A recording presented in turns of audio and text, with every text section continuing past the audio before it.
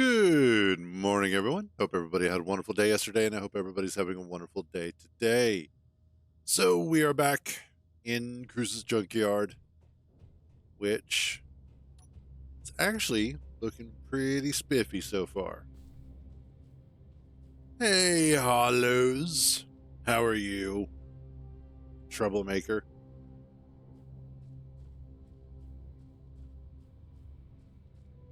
Wonder.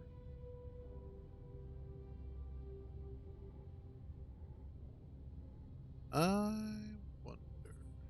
Yeah, bullshit. I know you. You're never innocent. Hey, what's up, Sectoid? How you doing? Okay. First of all, let's grab some extra iron. Crescended? What? That sounds painful. Have you seen a doctor about it?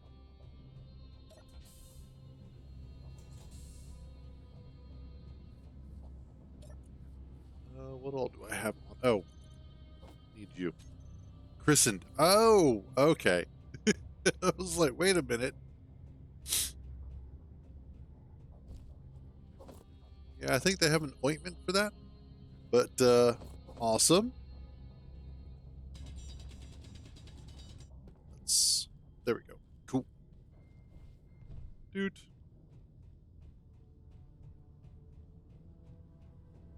Drop off.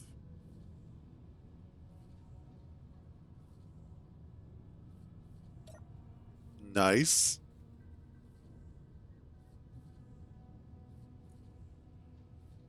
Binary. Boop. There we go. Still chugging through that damn silicone. Okay. Alrighty. So, today, I'm still paying attention, Sectoid, just to let you know. But,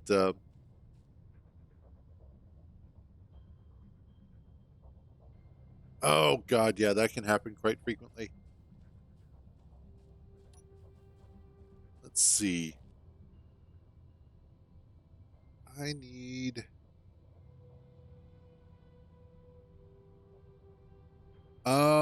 did you run out of... Do you know about the fact that you have a jetpack? I think that's the better question, not did you run out of, but do you know that you have a jetpack?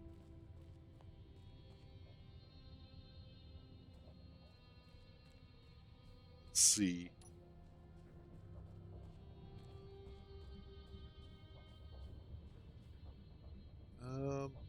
Okay.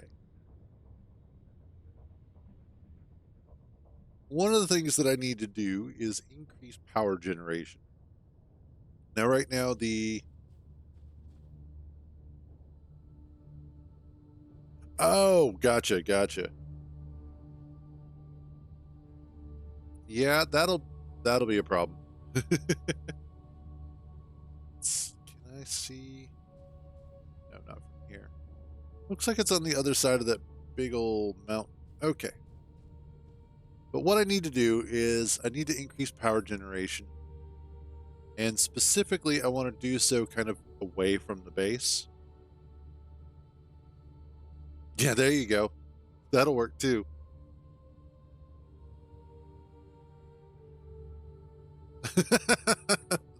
Yep. You gotta watch out for that. One of the other things you could have done is so instead of left click to drill a small hole, use right click to drill a big hole that doesn't collect stone, and then just drill up out of the ground and make a tunnel large enough for your rover to fit through. That would have been another option. Would have taken a little bit longer, but it would have been a potential solution. I've actually had to do that once or twice. Let's see. Ooh. You're the opposite direction. Oh, good way to do it. Nothing like having a mobile base. By the way, hey, Brockstar, how you doing, buddy? Let's see. Good.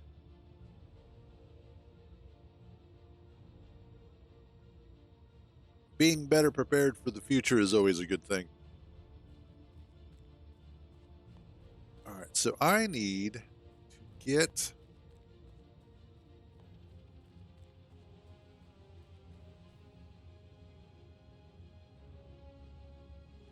Aha! Ooh. I hate DDoS attacks.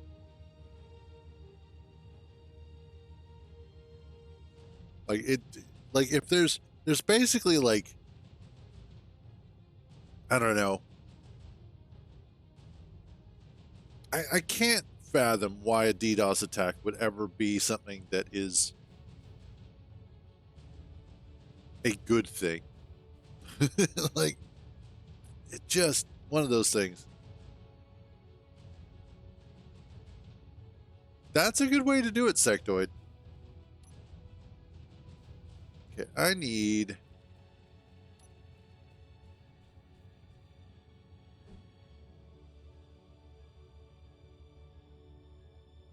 Uh-oh. Let's see. I need... set up something that looks like power line. Oh. Duh. I could use a truss pillar. Uh-oh. Every great story just starts with, so I decided to do such and such. I need interior blocks. Start with that. And where do I want to start it from? Oh, ouch. Always go after turrets first.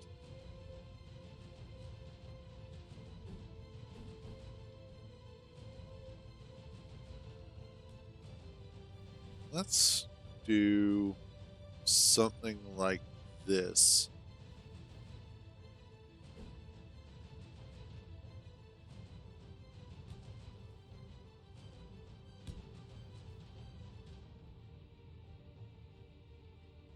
And it will.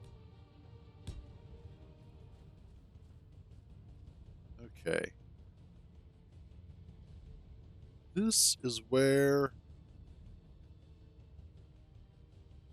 the next thing I need to figure out is sort of a power pole kind of situation. And I think what I can do is drop that there.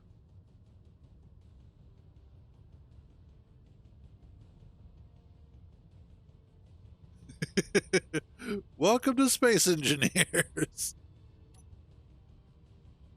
Not necessarily the best introduction into it, but not the worst either.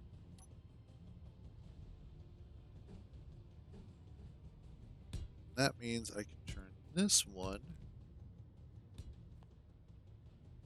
Actually, instead of that, yes, yes, you have.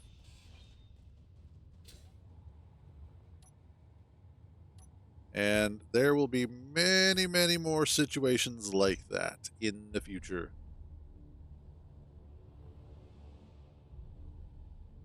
Let's see. Do I want to do... Try... Yes, absolutely.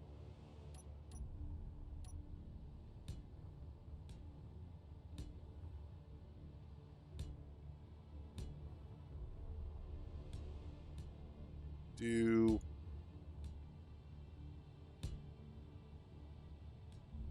something like that. And then another one of these.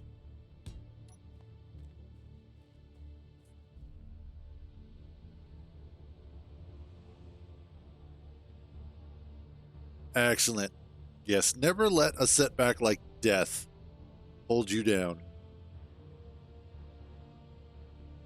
Excellent, excellent. And see, that's going to happen a lot. You are going to wind up in situations where you wind up kind of losing everything and having to restart. And each time you will be able to restart faster, and you will be able to restart better because you are bringing with you all of the knowledge from the last time. And that's okay. Like having to take a moment and go, you know what, this sucks. I'm just going to step away from it for a few. That's okay. As long as you come back to it and try again.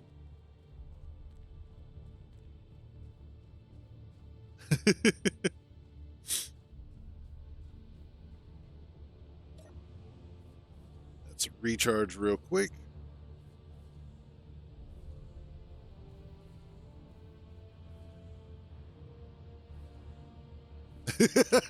Oh, God, yes. The number of times that I have screwed something up is ridiculous. And yet, that's one of the beautiful things about this game is that we all make the same mistakes.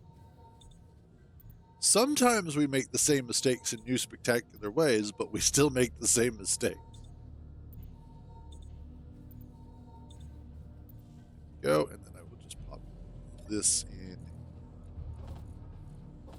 Grab that one. As they should. As they should.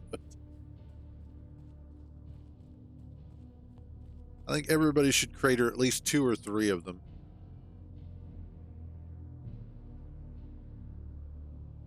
Oh yeah, no. Totally get that. And typically the way that we define the blocks is small grid for the small ones and large grid for the larger ones. And that just helps kind of define which one is which.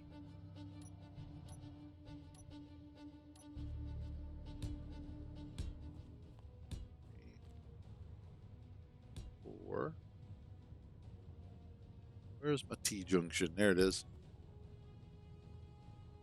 1,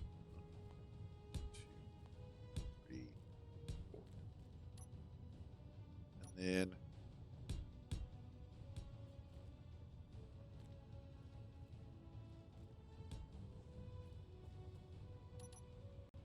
there we go. All right. What I want to do over here.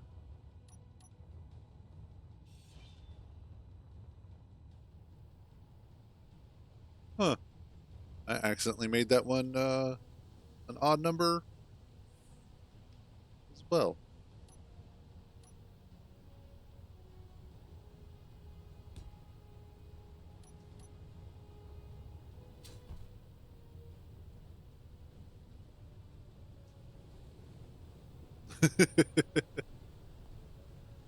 Well, again, it is a wonderful example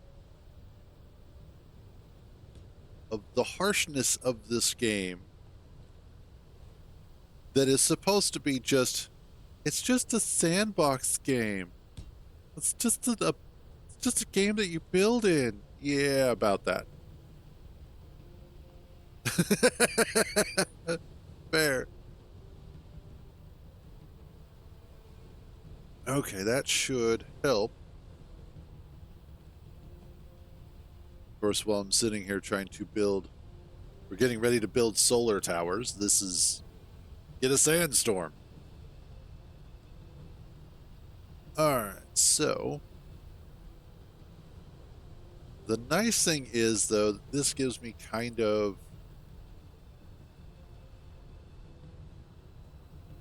a basis for how I want to construct these. Man, this is going to sound weird, but I wish that there was a battery that was a cylinder. Something that actually fit the aesthetic of this a little bit better.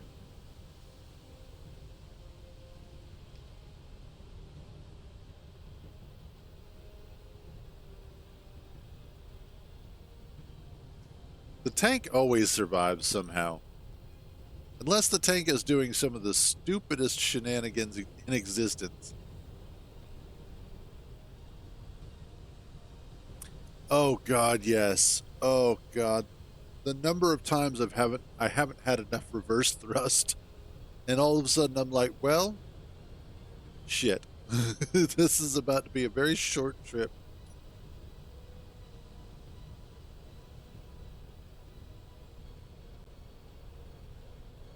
Let's do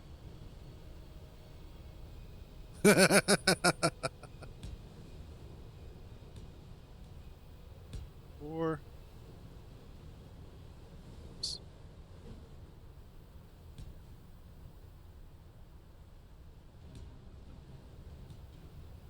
Three.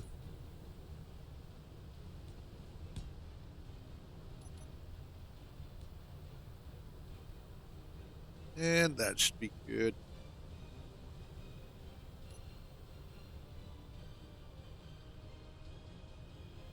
I kind of wish the sandstorms actually had an effect on the ships. That would be great to watch one crash because of the storm.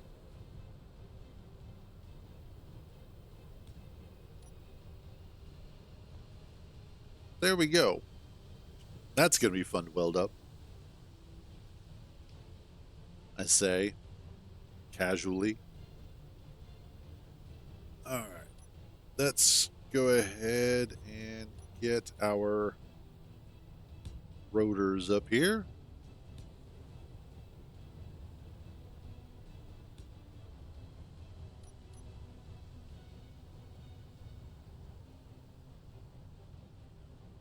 And then we'll do another one of these.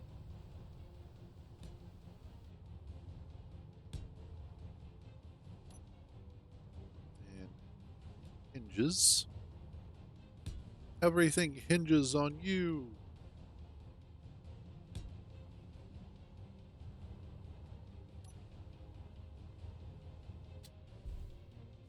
Okay. And then once I get the hinges done up, we'll add the blocks, and then finally we will add the solar panels. And for these, because they are away from the base, I may actually go ahead and make them just a little bit bigger.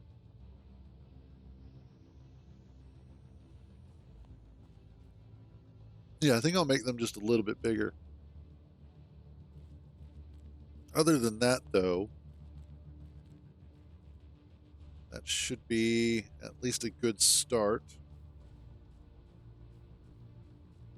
for my solar field, or at least this part of the solar field.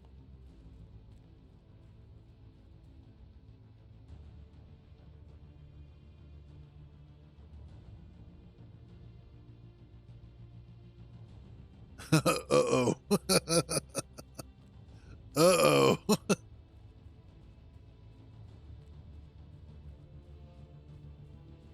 Ooh. Oh. Oh yeah, that's never good. At that point, you're screwed. Let's see. I need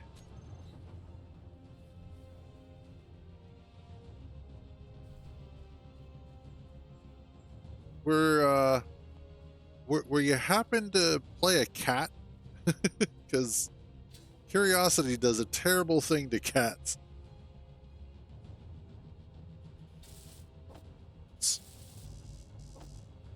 Oh God.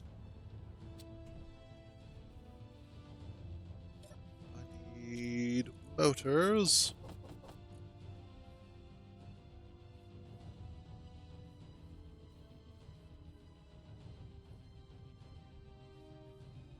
Reminds me of the short period of time where I was playing what was it? Shoot. What was the name of that one? I can't remember the name of it, but it was It wasn't D&D. It was one of the other ones that are out there. Shoot, now I can't. Like, I wish I could remember the name of it, but I was playing a character who was a Canadian bear wrestler. No, Canadian moose wrestler.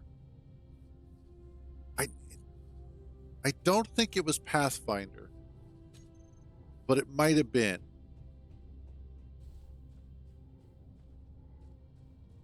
I don't think it was though. But essentially, he was a Canadian moose wrestler who had a moose that he could talk to, which was hilarious. Who turned out to be a god, and I don't remember which one. I think Pantheon, maybe? I think is what it was. I could be wrong about that one.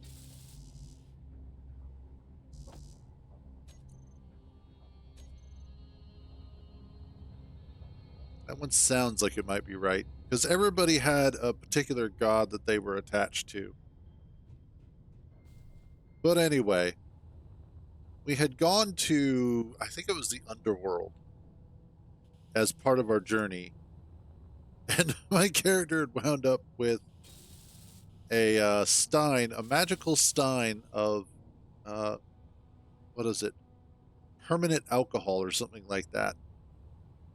So it was a limitless beer stein.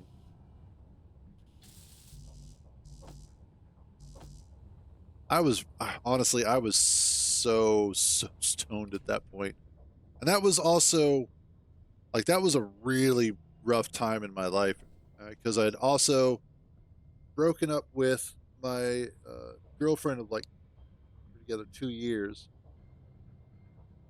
broken up with her, and had moved back home, and it was just absolutely baked out of my gourd the entire time while we were playing this. But it was with a bunch of coworkers from when I worked at Geek Squad. And unfortunately, the guy who was DMing it was not the best DM out there. Hold on a second. I might actually still have notes from it.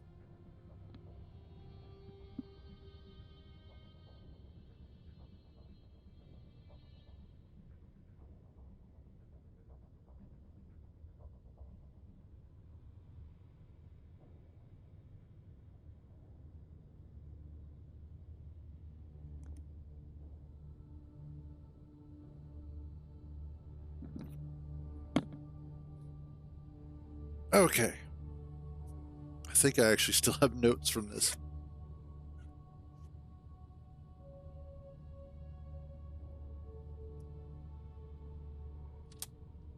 Scion. That's what it was.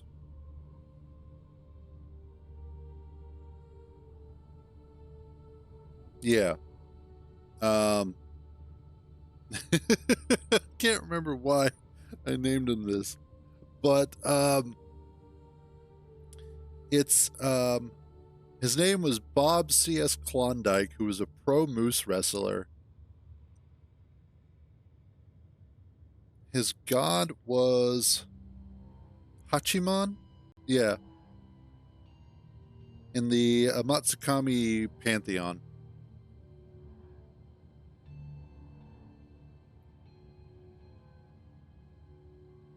And there was something else.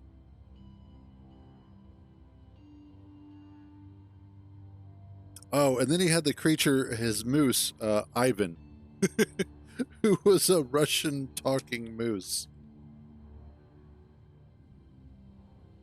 But yeah, wow, I even kept notes about this crap. Jesus.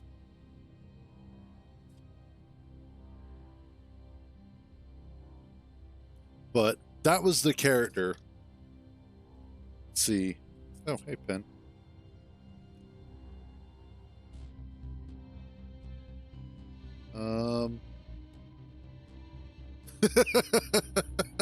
Oh, this is a great note. There was an argument in the party over leadership. while my character and his moose were looking for a strip club. Yeah, that sounds exactly like something that I would roleplay. But that whole group it was weird because it was made up of a bunch of us from work, plus the DM, who was a coworker, and his fiance at the time. I think they eventually got married. And then there was this girl that worked with us as well. I know, a girl at Geek Squad. Ooh, but she also had a fiance who would come to some of the games as well.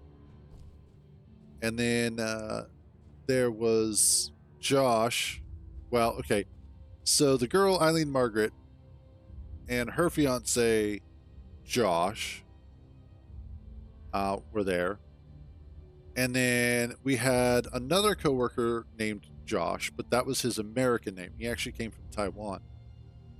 His real name was Josh Yen. I think that's how you pronounced it. So he just went with Josh because it was easier. And man, he was the subtlest of trolls. It was beautiful. There was one time where a coworker was going off about this documentary that he had seen about mermaids. And he's just talking about how real it was and that there were all these photos and videos and stuff like that. And then all of a sudden, from the back of the precinct, we hear loud as can be the song from The Little Mermaid, the original Little Mermaid, Under the Sea. And we all just lost our shit. And Josh is back there. He was a short little kind of roundish guy and absolutely had the biggest shit-eating grin we'd ever seen. Yeah. Well, sort of. Just started work on this, but I never stopped working on things. But yeah, those were good times. For the most part. Let's get some more steel plate. Swap out our H2 tanks. And finish getting this done. And then we can see about welding all this crap up. Okay. Hey man, get it whenever you get it.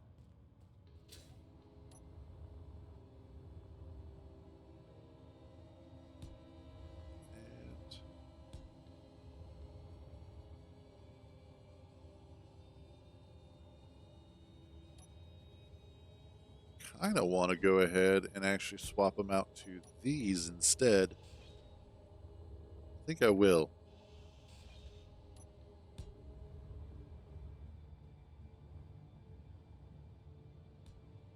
Well, that's good.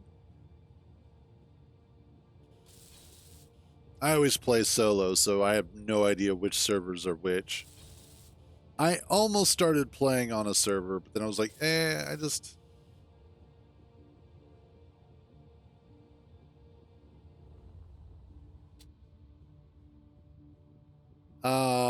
Well, I mean, obviously you watched me do it yesterday. It really kind of depends. I would say it's a mix of both. Some of it's pre-planning, some of it is me just freehanding.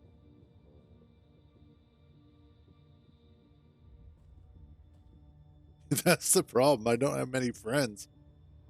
And I don't mean that I don't say that like it's so sad I don't have any friends. It's just like I honestly have a very tiny circle of friends.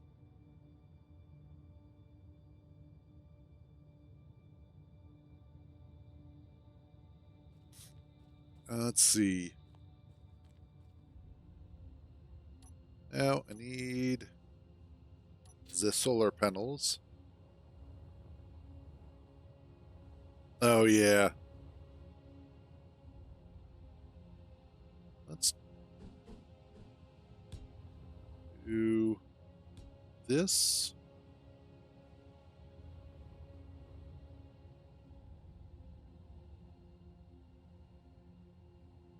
Oh, okay. Cool.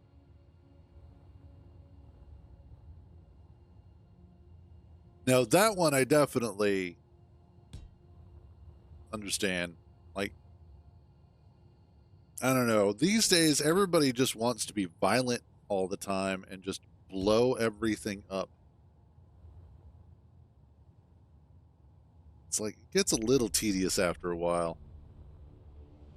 Would I be able to...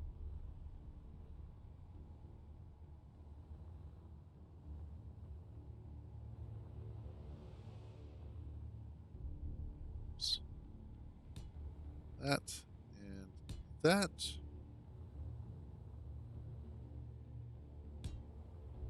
It's like, if a game has open PvP, then apparently what that means is that game is specifically a PvP game. Like, that's one of the things that has been happening with Star Citizen. Well, one of the many things that has been happening with Star Citizen.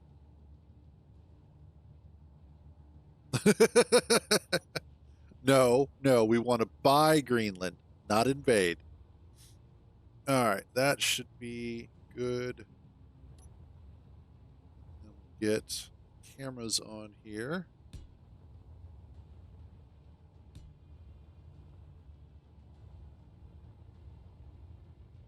Oh, I know I can, and I generally do. If I'm playing with other people, specifically when I'm playing with other people, it's usually my brother or my sister in most games. And I know what they're like, so I usually turn off PvP because the last thing I want to do is deal with their shenanigans. All right.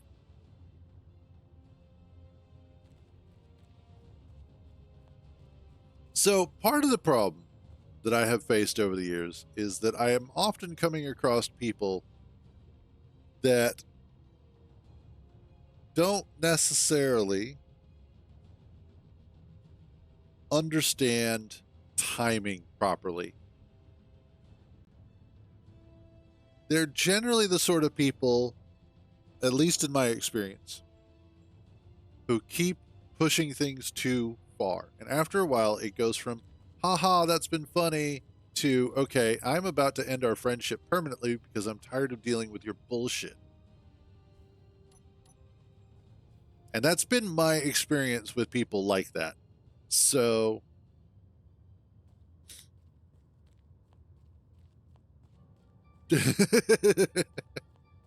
Hollows, you've been there like twice. Been real close. All right, let's go ahead and get these rotors and solar panels done up. Yep. Oh, I am almost out of lung juice. Now I am not almost out.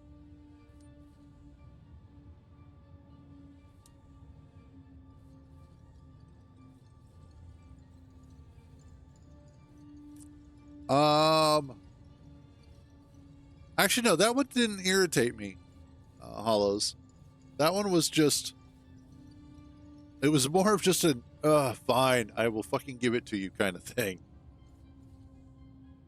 But I wouldn't say it was one of those where it was like, okay, like this has gone on long enough kind of bullshit. It was just, it's more like, fine, I will give this to you, and then we will just move on and go from there.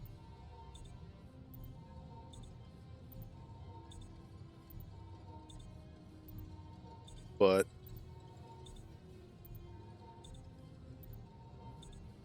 it's, like I said, it's just generally been my experience that most people are like that. At least most of the people that I've run into. Wish that wasn't the case. All right, rotors. Let's do the rotors.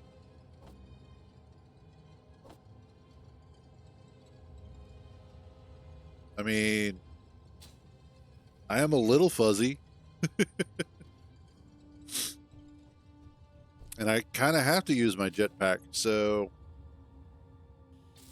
Oh well, guess I'm a furry now. Actually, funny story.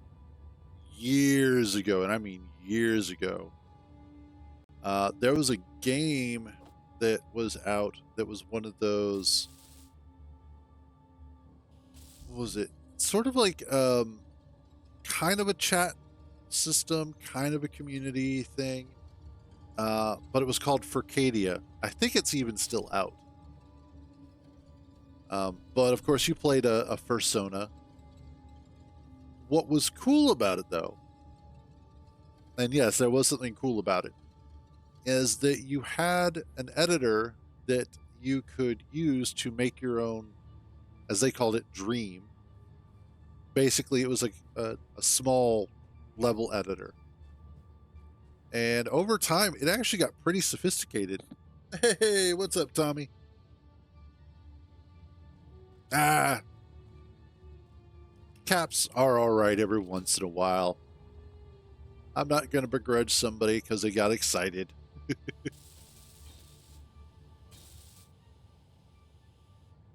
Let's see. Go.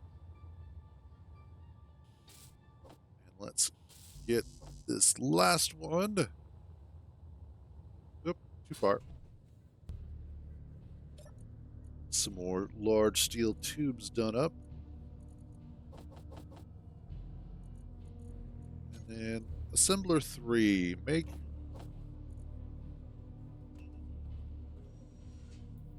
Let's make some solar panels, and yeah, we should be good there.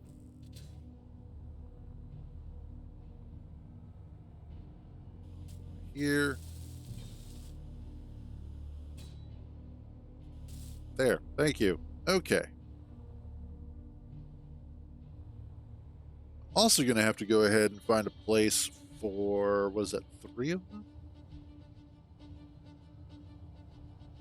Well, as far as overall projects go, I want to get the solar field kind of started here, which is what we're doing.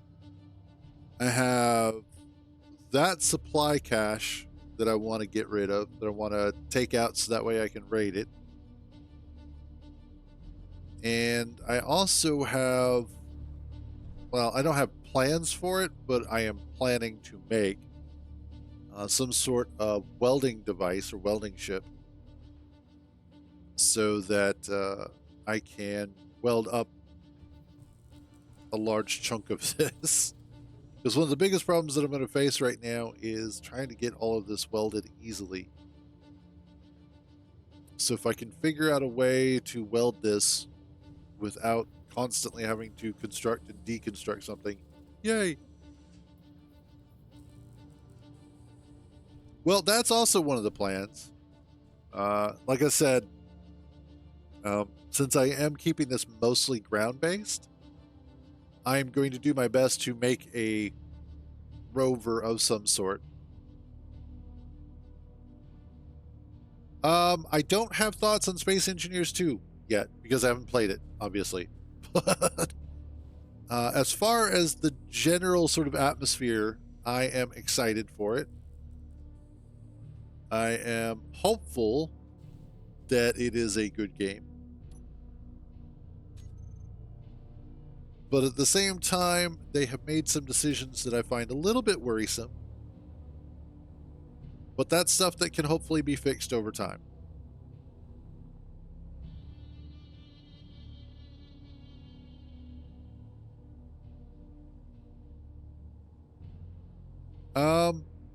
So for a hangar door, what you would probably want to do is go ahead and use rotors and blast door blocks. Those are probably going to give you the best overall effect for doors.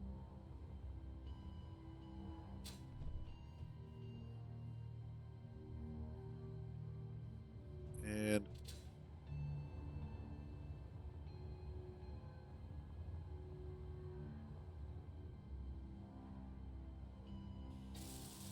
I have lots of different ways that I can set up a mining rotor. That's not, or a mining rover. That's not a problem.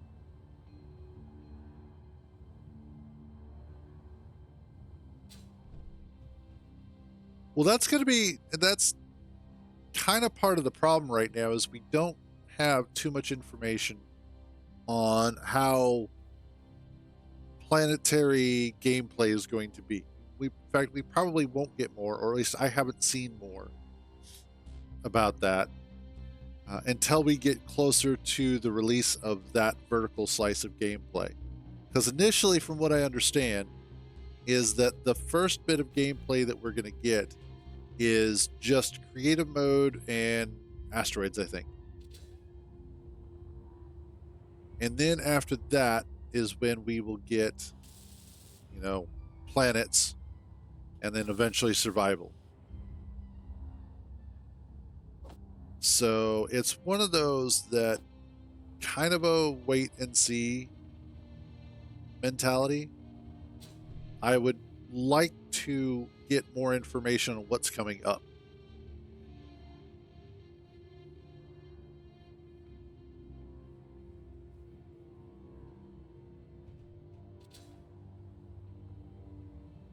Yeah, that's a good point, Barockstar. If you're using, so if you have a door and you're doing them so that they open horizontally, then you'll want to usually you want your powered hinge to be on top.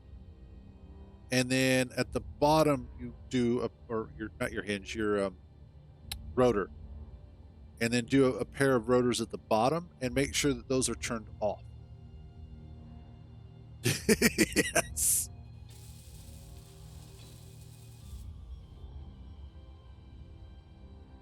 There we are. Okay, you need to be Soul Rot 1A. You are Soul in 1A. Oh yeah, and the camera. Soul Cam 1A.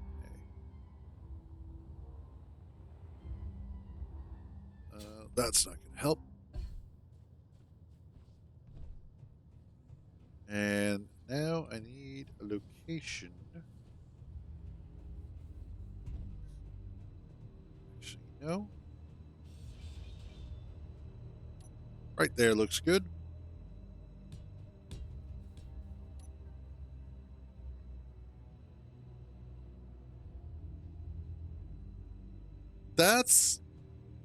Well, I imagine that they're going to be, but again, just for PC.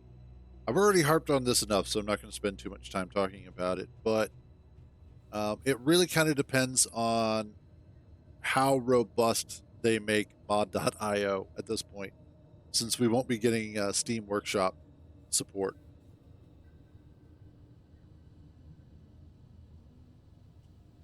Which is still kind of a sore spot, but whatever. Apparently, as game devs, they know better than us.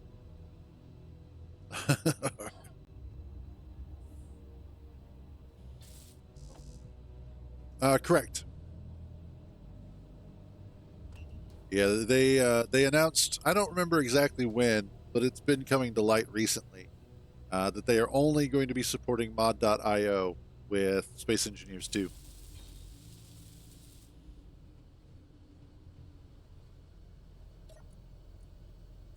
All right, you are CTC Solar 1A.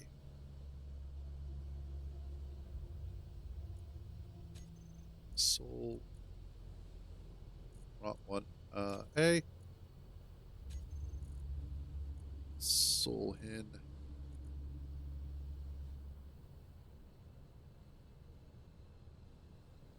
Ah, there it is. Soul Cam 1A. 5. 1. Always aim at sun.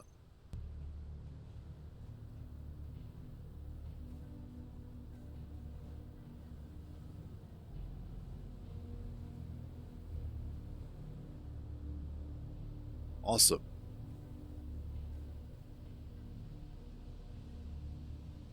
And the sad part is, And this is one of those things that a lot of people have mentioned, and I've seen in a lot of comments on videos. Most people don't like mod.io. When it really comes down to it, most people are like, this isn't anything that we want. It's not going to give us the features that we're after. But they are dead set on using it. So that there we go. And their reasoning, and there is a reason behind it. But the reason why that they are going with it is because they feel that having two different mod locations fractures the community. So what they're trying to do is make sure that the community stays together, which on paper sounds great, but the reality is they have way too much work to do on mod.io to actually make it a viable location for mods. I don't even know who actually operates mod.io.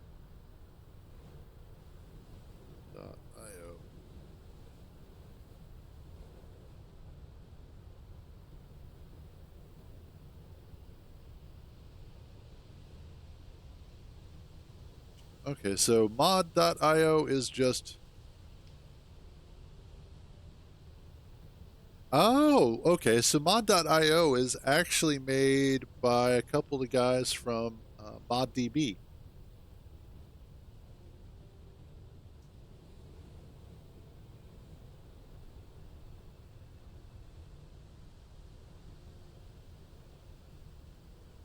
Yeah, it's just, again, it's one of those decisions that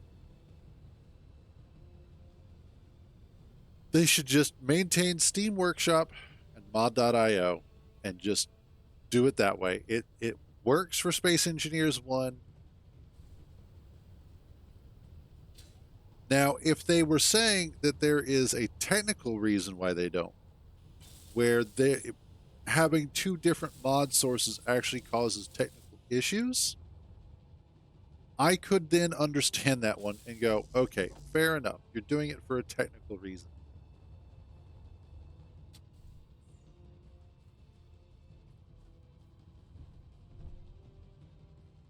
But to say that it's just a purely, um, community-driven decision, that's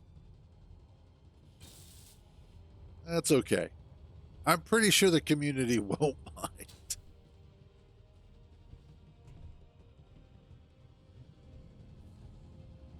All right, that takes care of number 2.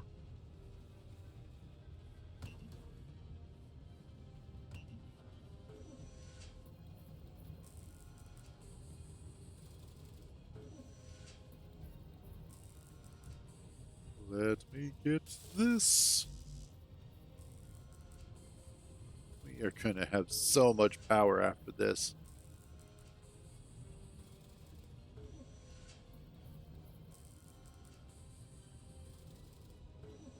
Nice.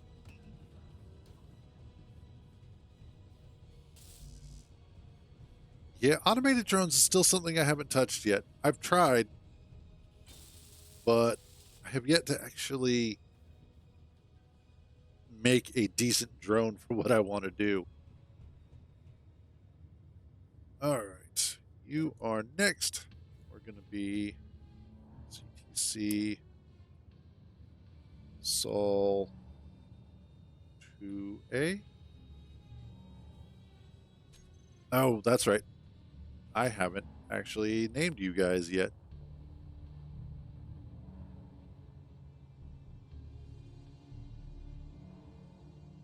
Solhen 2A. Sol Rot 2A. Sol Cam 2A. There we go.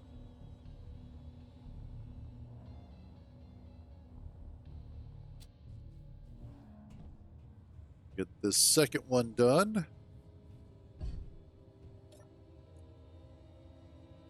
And you are that one. Salt in to A. Salt cam to A. No. 1. Always aim at sun. There we go.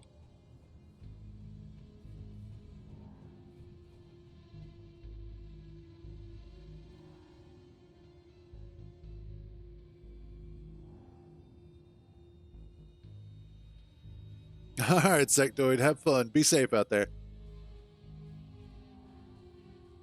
Let's see. Yeah, but I still need to test to see connect to the other satellite. Because they're two on top and bottom. Connect. Gotcha. Well, as long as you set up your GPS right and you set up all your connectors right, I don't see why you can't. It just makes things more interesting, that's all.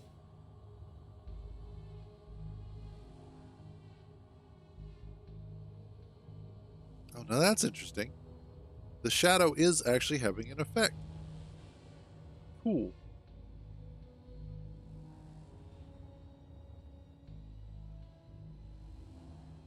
All right.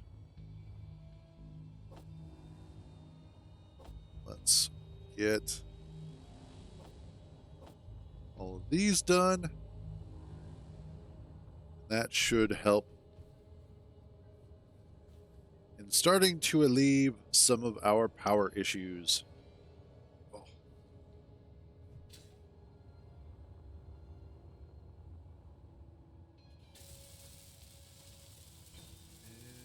There goes that one. That one. Most of that. I think one of the other things that I want to do today is also work on finishing up the armor on Stengen. So that way, if we do any additional exploring with it and accidentally roll over, we hopefully won't blow one of the cargo containers again, because that was irritating yesterday. That was so irritating.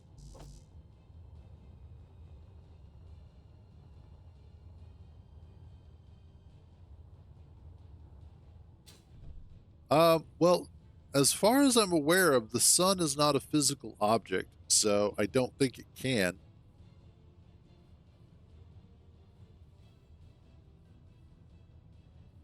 Unless you're playing with a mod that makes the sun a physical object, in which case then it might. Okay, this needs to be... Oh, gotcha, yeah. Soul cam 3A. Soul in 3A.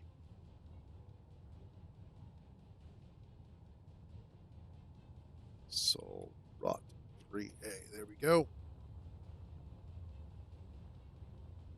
Ooh.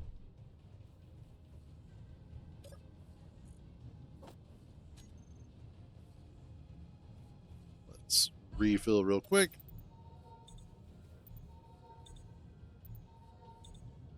Excellent. And then grab that. And last one.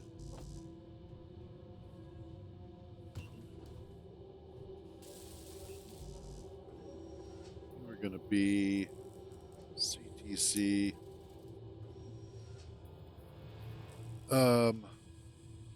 Soul 3A. There we go.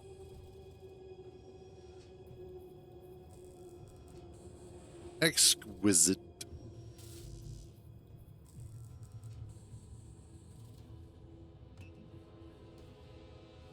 Awesome. We're actually making power.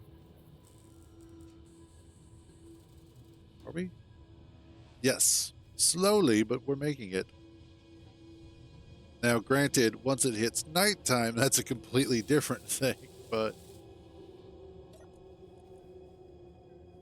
for the most part, I need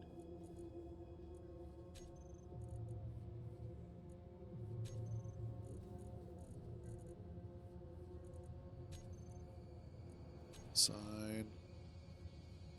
Cam, there we go. 0.5 and R1. Always aim at sun. And since those are up on a hill, it will hopefully give us a little extra time in the sun.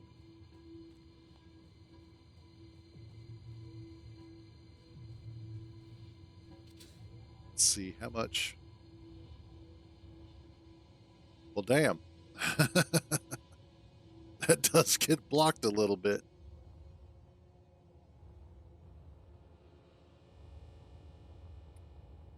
That's all right.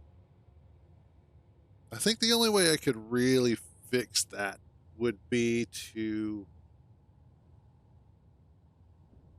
I don't know if I could really fix that easily. If I moved it out a little bit further, I probably could make it easier for them to not override one another.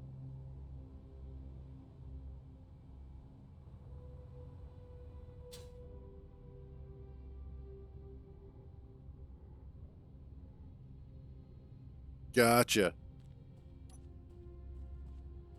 Yeah, I haven't tried the game myself, so I don't know what all its limitations are and what it plays like, but what's happening with this one as well? Yeah, those are getting blocked as well. Okay.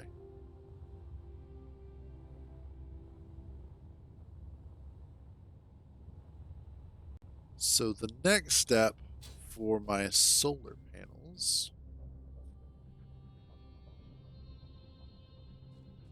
is I want a solar array of sorts that will be more ground based. But let's get these welded up.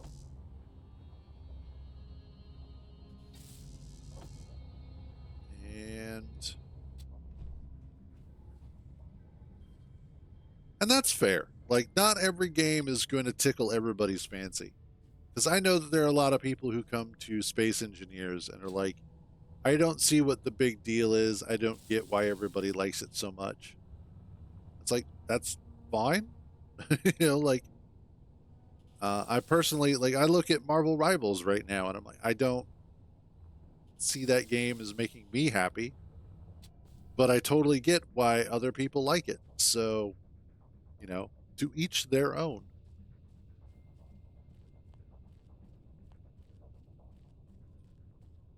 Although I totally get why everybody likes Squirrel Girl.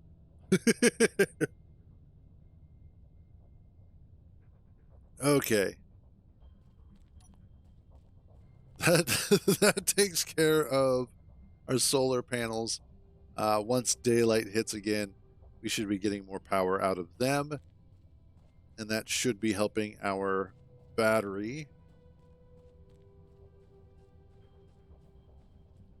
Now, one of the other things... Actually, I think for now we'll be fine on stuff. Did you finally finish? Or are you still... Yeah, you did. Okay, cool. So that actually did go through all of the ore. And we have a tiny little bit of platinum. Tiny little bit of gold. Still no silver.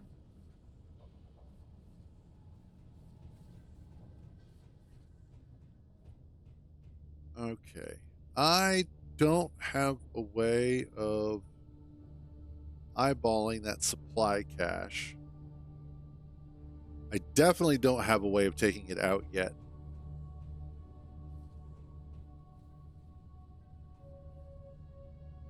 I don't have anything armored enough to really go head to head with it, so... Yeah, so for the longest time, I didn't think that a rover drone was possible. And then I rewatched the trailer for one of the DLCs, the DLC that introduced it. And I noticed that they had a rover, a drone rover. And I was like, wait a minute, you can do that? So, I don't know.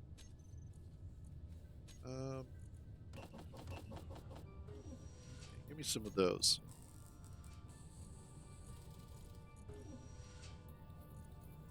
Oh, good. I still have some. All right, what I need. Yeah, they had it on 4 1x1 wheels that were actually, the suspensions were kind of angled down at 45 degrees. So apparently it is doable.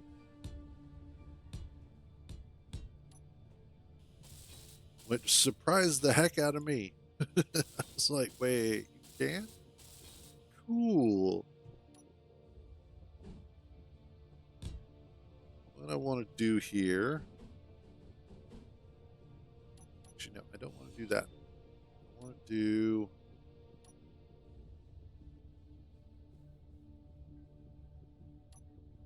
This one.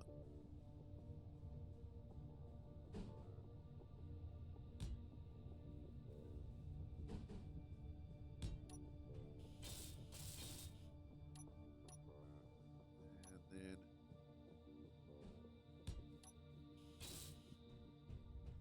bring that. Yeah, that'll work.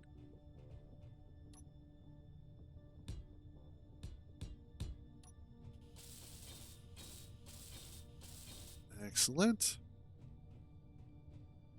I as soon as it came out and I had a chance to use it, I liked it. It's been really, really good for the overall construction of rovers. Because in some cases, a large cargo container is just too big. But this size of cargo is perfect for a lot of designs. It's a lot more versatile than the large cargo container, but also feels better than just a regular medium cargo container. So I think overall it was a really good design decision. I need this one. That one. And then finally, let's get that in place.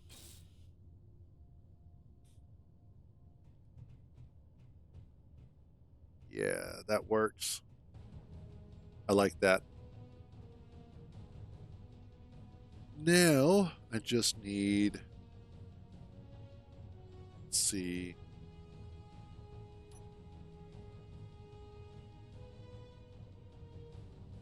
Let's bring in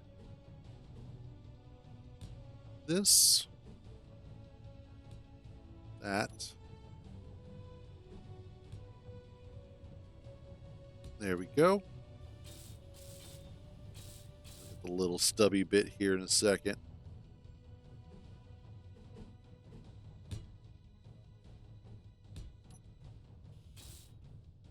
Oh, there we go.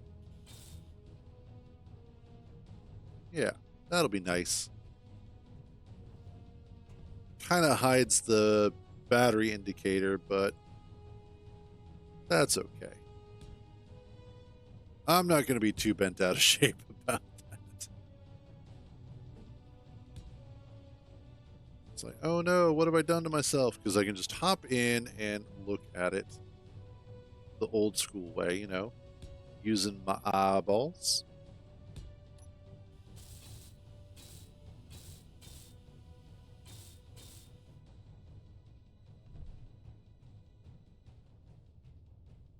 Okay, cool. And then finally, oops,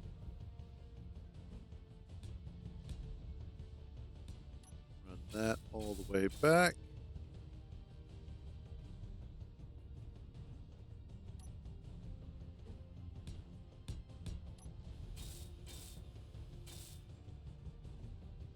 Yes. Now, Now, along the sides, I'm not going to go too crazy with armoring here. What I do want to do, though, is some blast doors. I think. I was actually giving this some thought last night as to how I wanted to sort of protect this side of stuff.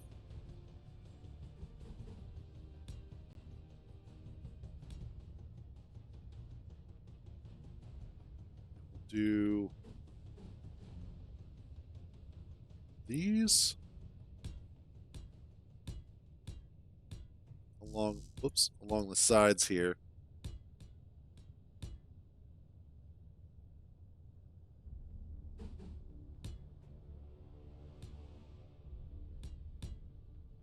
Yeah, that'll work.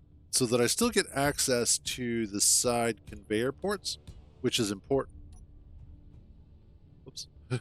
But I also have some sort of armor along the sides here,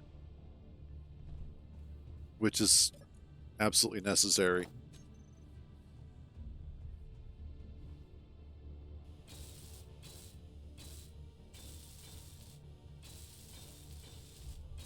And it'll make it look cool.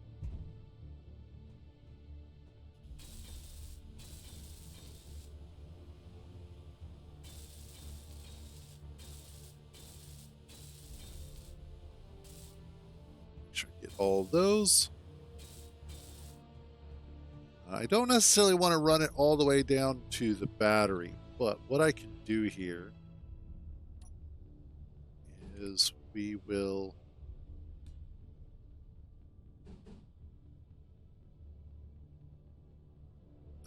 this is what I'll do.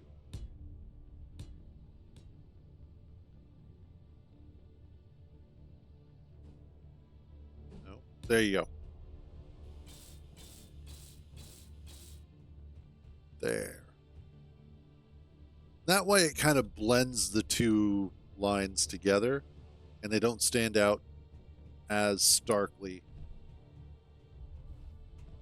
There we go. And then we'll do the same thing over here, I think. That there.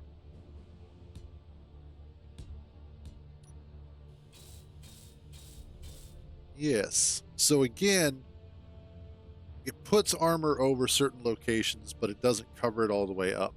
Still gives us access to the ports, which are important, but it helps kind of maintain the flow of the shapes. Just makes it look a little bit nicer, is really what I'm after. Then back here, I think we'll start with something like this. I'm not going to weld it up yet because I don't know if I want to round it out or where I want to round it out. Actually, that's not true. I can.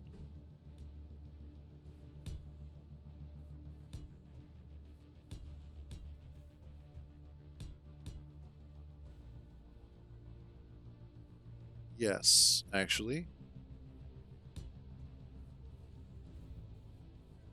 There? Yeah.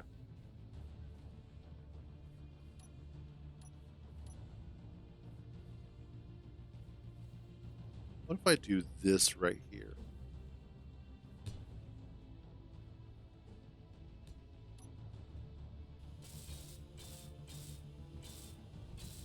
And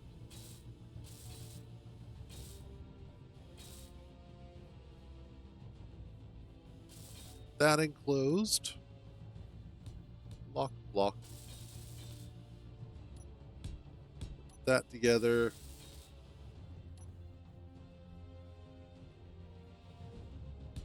And here. One of the things that I like doing when I'm putting armor on my vehicles is I like utilizing different levels, different flat surfaces, along with the angles, as that really does help kind of give it not only a unique shape, but also something interesting to look at.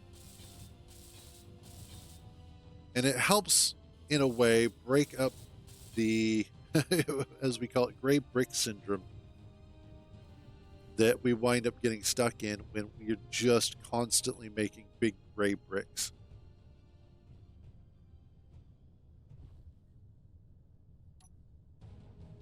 Let's see, you there.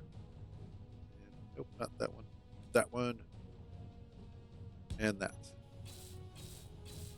There we are. Yes.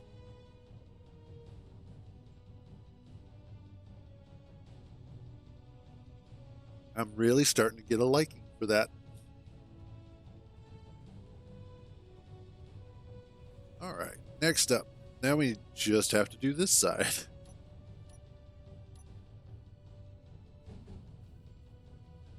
That ran all the way down until there.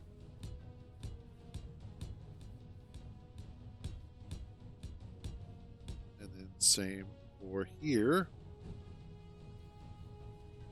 We're already over here. There and there. Need more steel plate, of which I have none. So for 3, get some as well. This is the fun part, is trying to remember how you built one side and the other. Okay. Something feels... Nope, that is correct. Okay.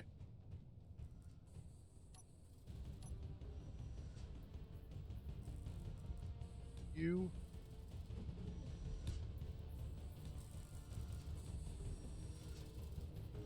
Absolutely.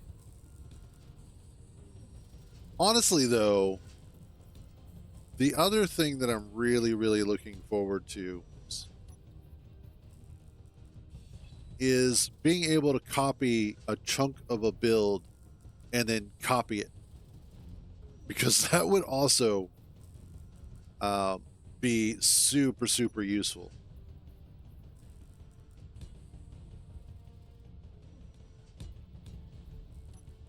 You know, it may not be mirror mode, but being able to just copy a chunk of something and then paste it somewhere else would be just as good.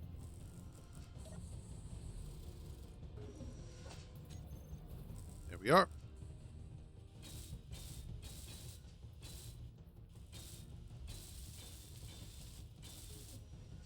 Make sure we get all of those.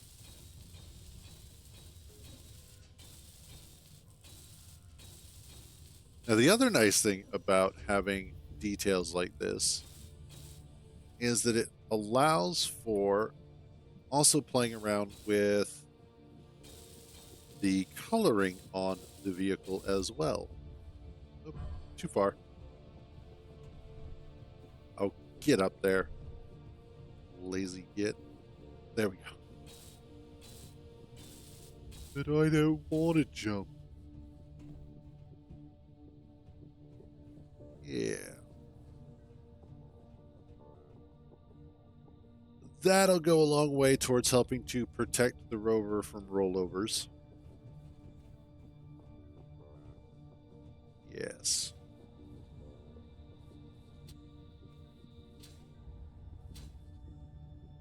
And then I think what I'll do for this is we'll use these smaller corner pieces. You know what? Screw it. We'll just hover.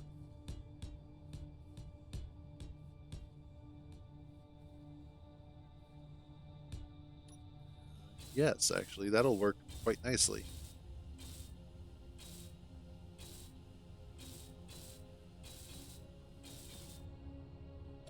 Suit energy is low. Fair enough. After a while, that energy starts to wane, and we get all sleepy. Okay. What I'm thinking of are.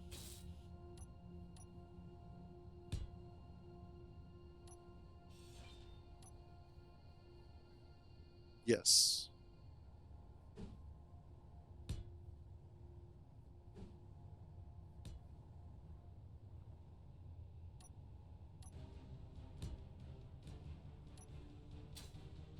Actually, yeah, that'll work out quite nicely. And for this,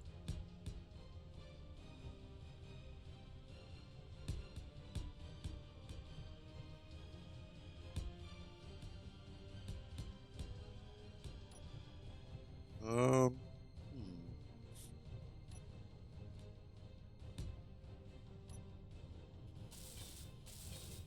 Let's do this, but I might go ahead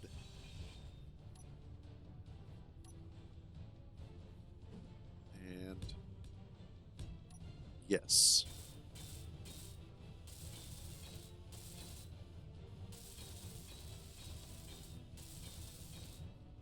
Okay.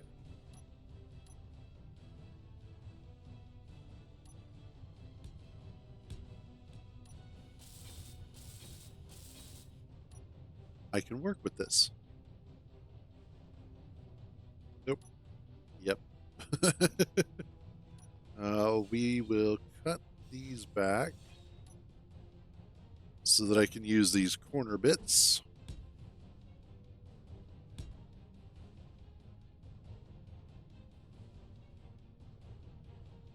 Those go there.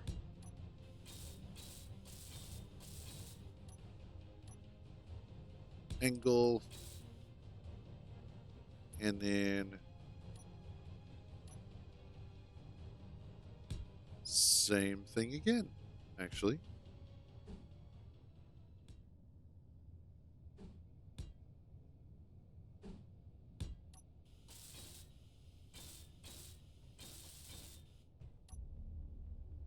There.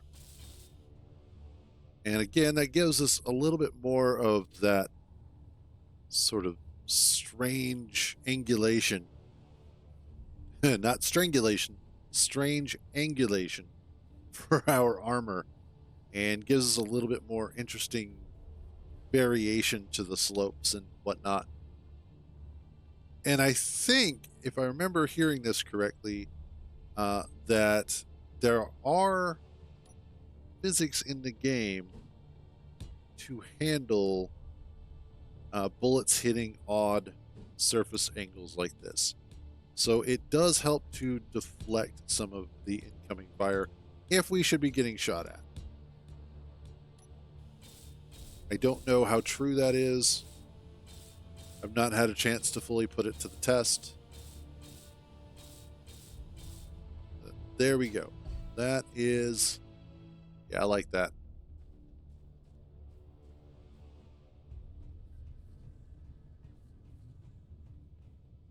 And then we just need to finish up the back. Grab that. Let's see how we're doing over here on hydrogen. Give me more. Ah. We also doing on power.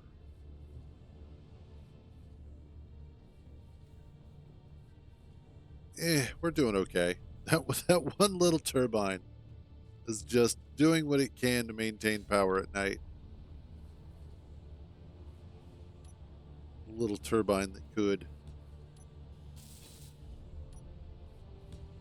Okay. Now, this is where it gets a little more interesting. I think I will do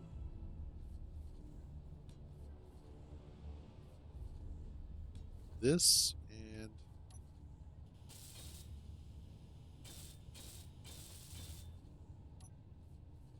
again that.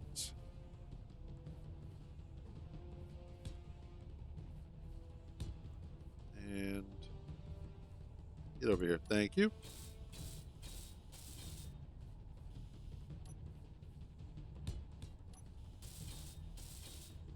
Let's cut that back. That.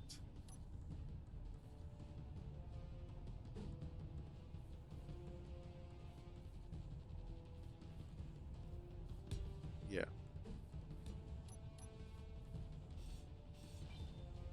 What I will do is put, not that, this little guy in place there and there. That again will just help kind of blend the armor together a little bit better. Make it look nicer.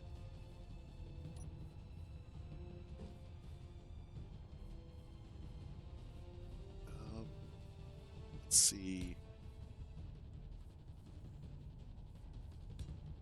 Yeah. Yeah. And then sometimes it's nice to run the shapes back together again, as it makes it look a little more cohesive.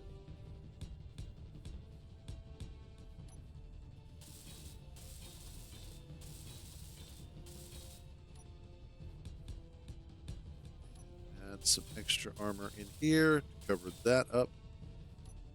And we will finish with some half blocks.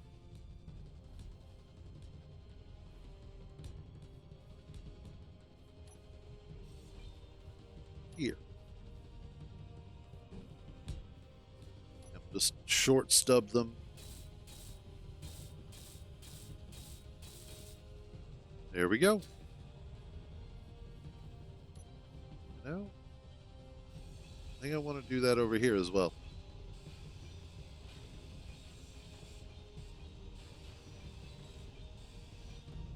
Oh yeah. Just realized I probably shouldn't cover my vent.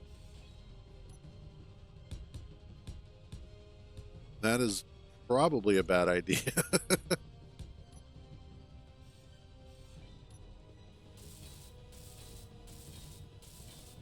we go. That one out of the way.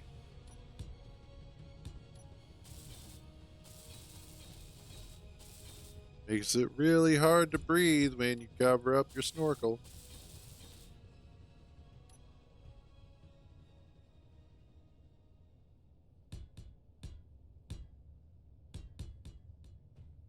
But this way actually works really well because it still gives it the appearance of having some armor. Up here gives it some interesting lines, that sort of thing, but without totally covering up everything of import.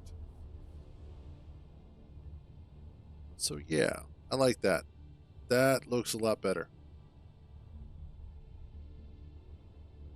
Not sure how sold I am on this.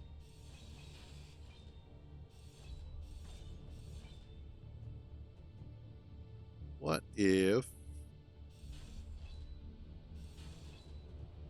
I might pop that back a block or two?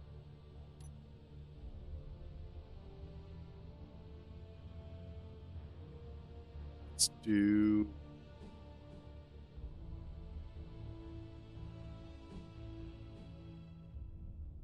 that.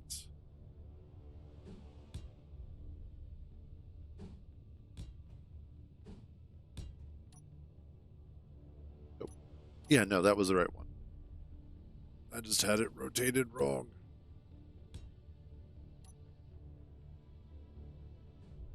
There and there. Yeah, that feels better.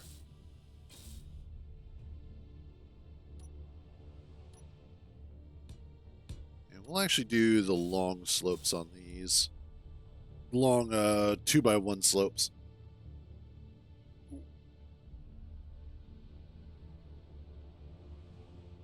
Next up, let's see, let's pull back a moment. Yeah, I like that. And that flush cockpit works so well. It really does just look good.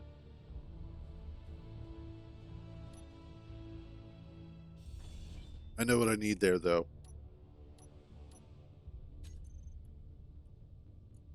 Motion controller. There we are. And I need interior plate for that.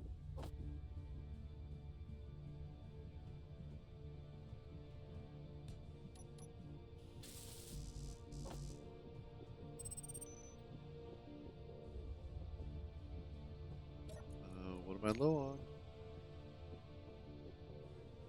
Oh, I'm out of iron. Okay.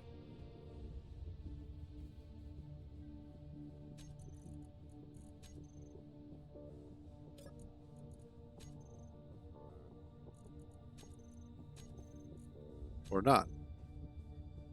Oh, nope. Okay.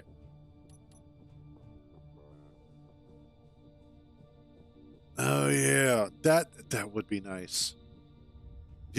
You almost need to make a second drone that acts as your third-person camera for your drones, like drone on drone.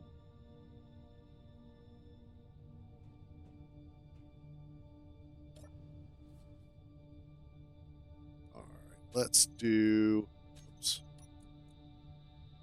the motion controller. Here we are.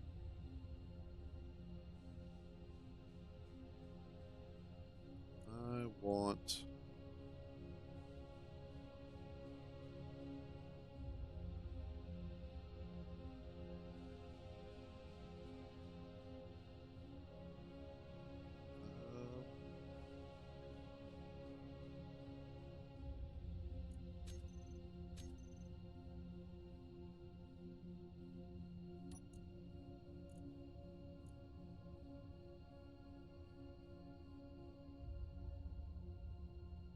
Yeah.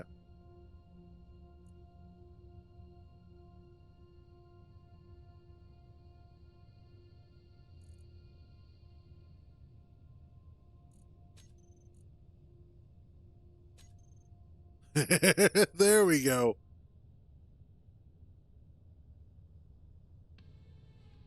So,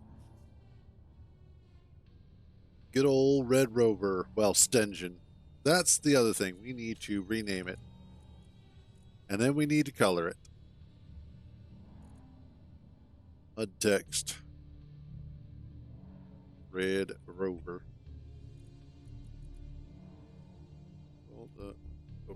Okay.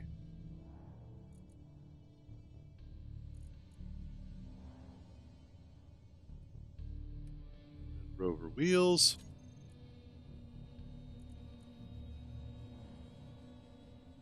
Red Rover batteries. We can delete those now. Awesome.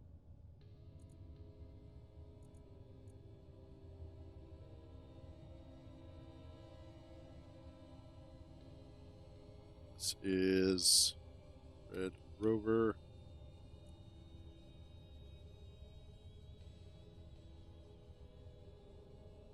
Okay. Info, you are now Red Rover. RTFO. And in case you missed yesterday, the RTFO is for roll the fuck over. So, and it happened because of yesterday. It was a beautiful moment of unintentional hilarity.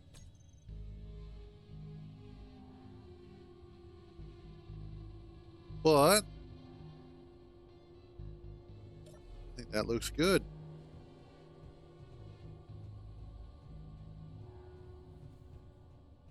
So let's thinking.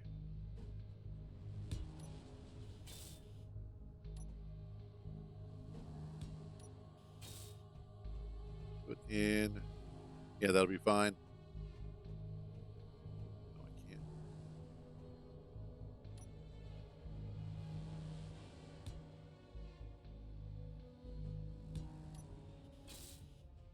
And there we go.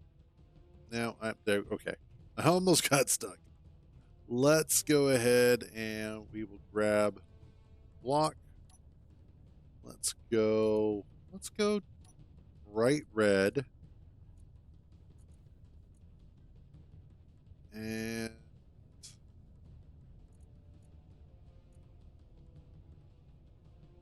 bright red and dusty. Let's see how that looks as a start. I can work with that.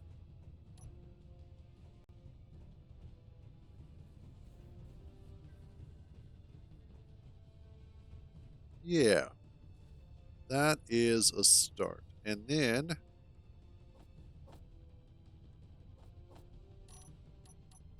do the darker red and dusty for some of the parts, like the batteries.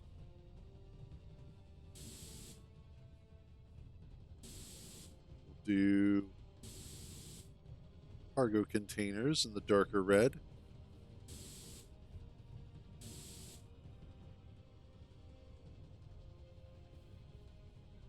As well as the cockpit. And then I want to do the undercarriage in a dark gray to separate it. Also do the wheels this way, the suspensions, I should say. Let's see if I can do this. Aha! I can. This is why I like the paint gun. It does make life a lot easier. Are that.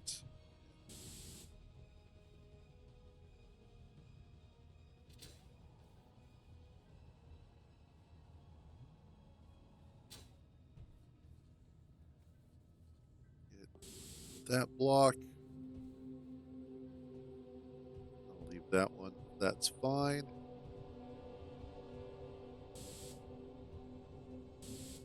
You.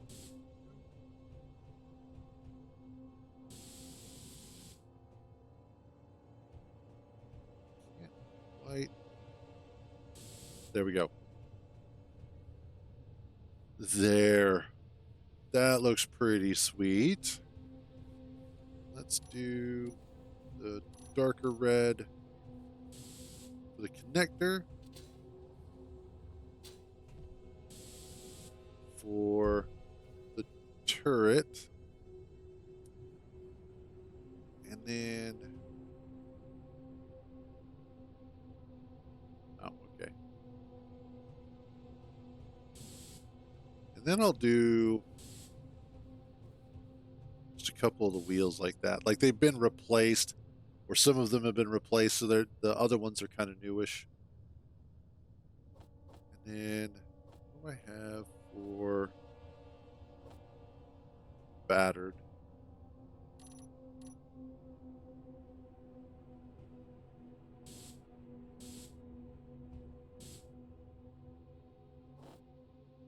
Now, keep the dust look.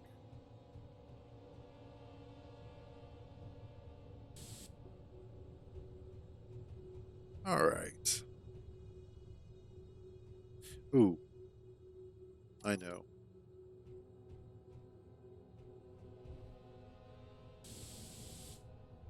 Do the rails in the dark gray.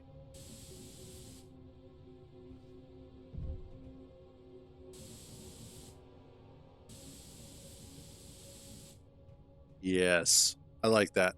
That looks nice. That helps kind of separate them as other bits.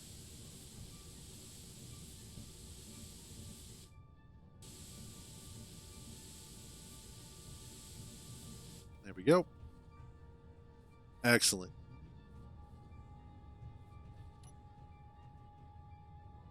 There she is. All right, let's pull her outside.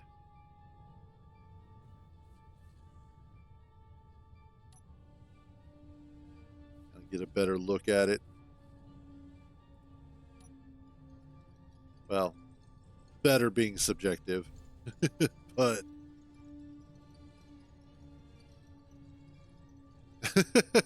different she.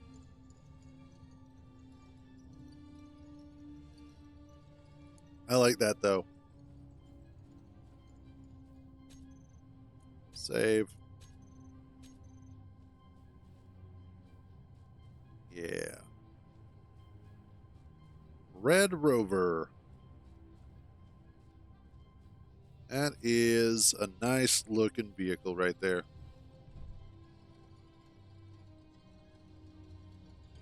Not sure if there's really anything else that I would want to put on it for detail. If I did,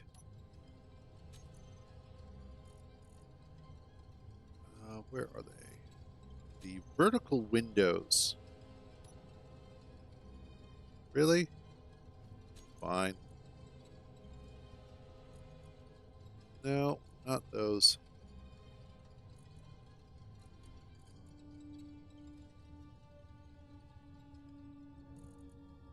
Oh yeah, barred windows. Here we go. You could do something with these, I imagine. Need girders.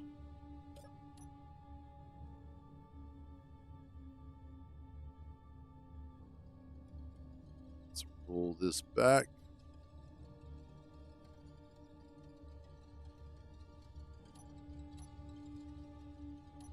Awesome. Okay.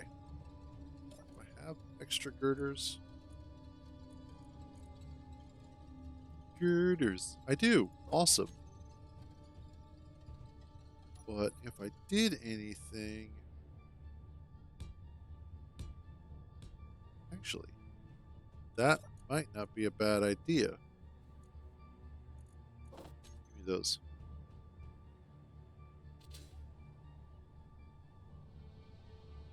Gonna help cover this up a little bit. I don't know. Up here, it's actually just going to look bad, so... But along the bottom, that might not look too bad, yeah. And along the bottom, that actually works out really well.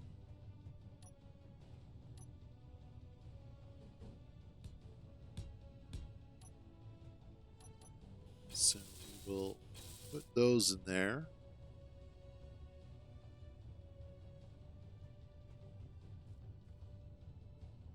And I might just do that for up here as well.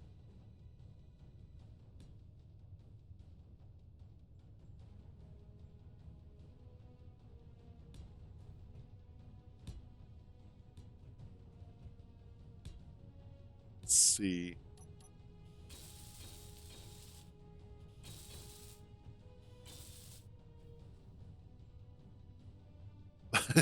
Yeah, okay.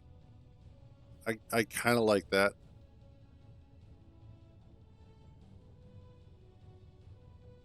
Little bit of a bumper, like a little bit of a front grating as well, you know, keep all the dust out or something like that. Makes it look a little bit more like a mustache. Let's not do that though. Just over the face. The angry face of the Red Rover. And I don't think of anything else, or I don't think I want anything else. Bum, bum, bum, bum, bum. Let's also...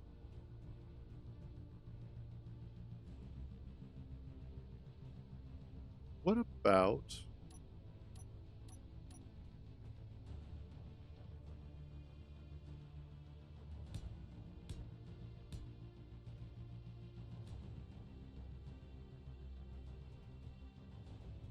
How far out?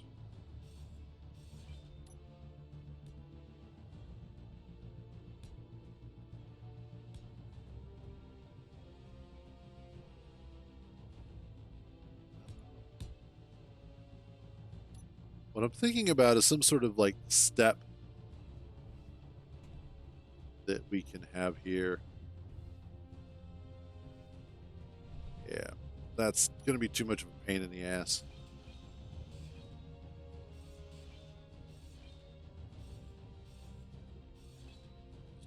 Grind this off gently. Whoops, wrong block.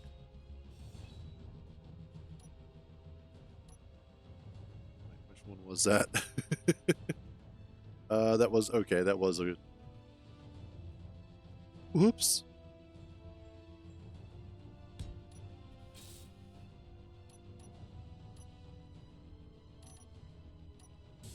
Awesome. Actually, you know what? That one's going to get dark red because it's been replaced already. There we go. Okay, Red Rover is looking pretty good. I am happy with the way that it looks right now. It's, yeah, good little vehicle so far. I think the only other thing that I would do to it is maybe add a couple more interior lights. Probably even underneath.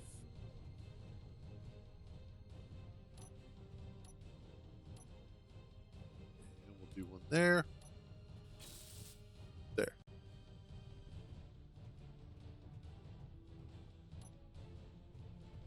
Just to make it a little bit easier to see the ground as I'm driving. It's amazing what some area lights will do for situational awareness.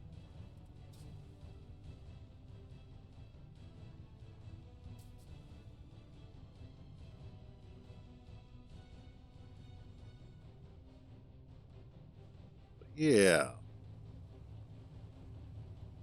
There she goes. Good old Red Rover. Oh, hey, and it looks like it's going to be hitting daytime soon. We don't spend too much time at nighttime. Well, we're actually getting stuff done at nighttime, so. All right, let's get this parked back up here. The next little project that I wanted to work on today, which is going to be absolutely necessary going forward, is that I wanted to get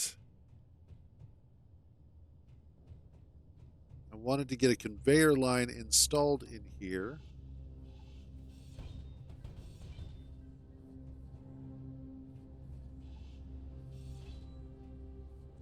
So that, there we go, so that I could run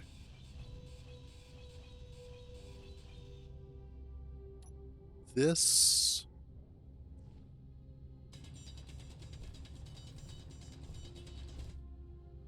down here.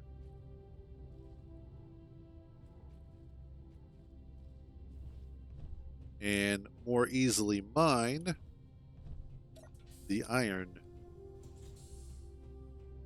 So, first thing I need is to actually switch over to that and you.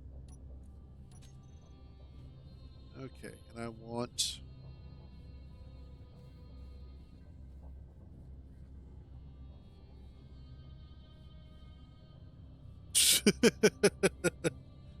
all right, I think Rockstar is now broken.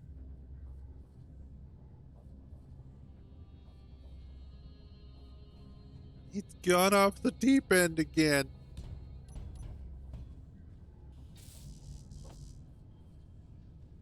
What is it? Okay.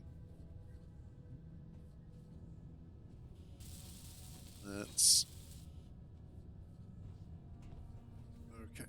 Now, I need my armored conveyors. Do that one.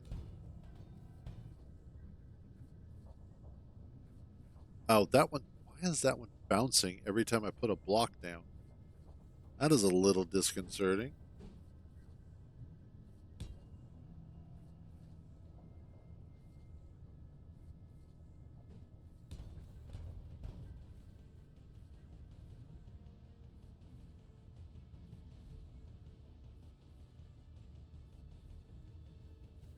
Oh, no, I hadn't. I don't spend too much time on Twitter if I can help it.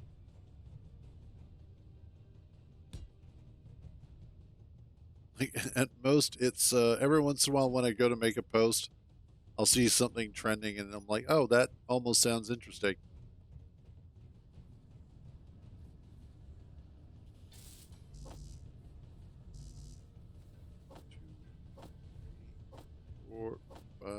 6, 7, 8.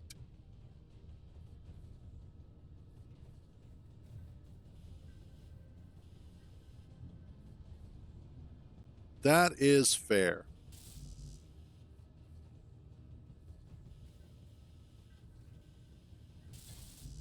Well, in all fairness, that was the direction that Twitter was going anyway. I don't think anybody realizes that that was essentially Twitter, just in the opposite direction. Actually, I wouldn't even say the opposite direction. Really, now it's just balanced propaganda. Everybody has propaganda on Twitter, not just one party or the other.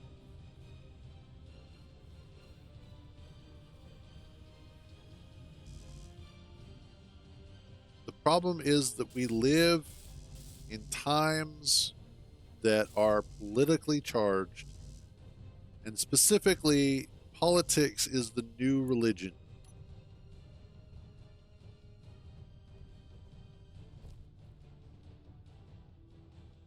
Oh, I had some there. Awesome. So now it used to be during the very early days of Twitter that it was a social network. It was memes and it was silly things. Every once in a while, it was something important. But generally speaking, it was a website that people were sharing stupid stuff on, and it was fun. But then as time progressed and money could be made off of politically charging people, getting them riled up over politics, that's when all social media started changing, not just Twitter. And ever since then, that has been the order of the year: is be angry at political rivals, because obviously that's going to make me more money. Is how that works.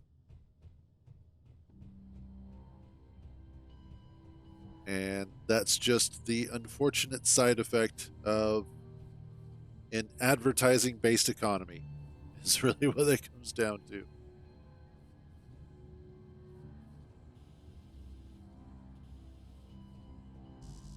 Why are you being such a shithead with aiming at that?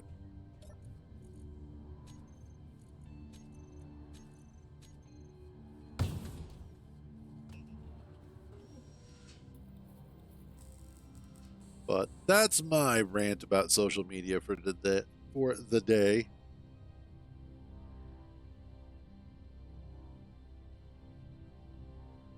At this point, the only reason why I'm on Twitter, X, and Blue Sky is primarily just to advertise the stream.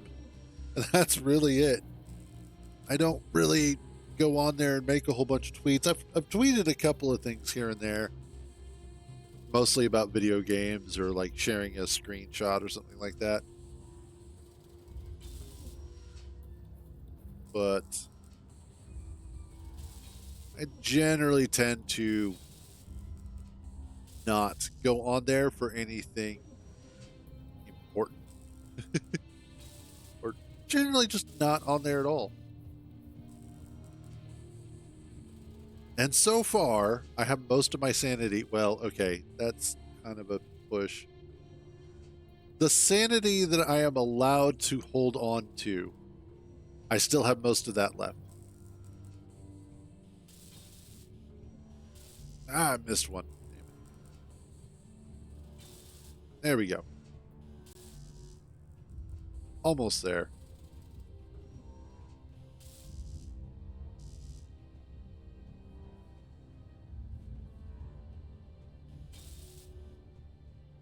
One, two, three.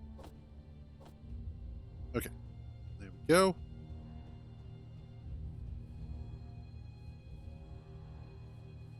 Make all the rest of the stuff. Oh, man. Hi, Brockstar. Have a good one, buddy.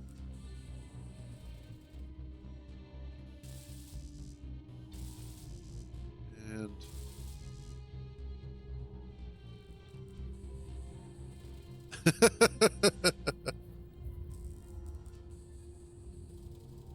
I will say though, Twitter's been interesting since the fires in California, and that is a whole mess in and of itself. For anybody who's having to deal with that or has dealt with that recently, my condolences to your losses of house and home. I'm not a praying person, but thoughts and prayers to those who are dealing with it, because that is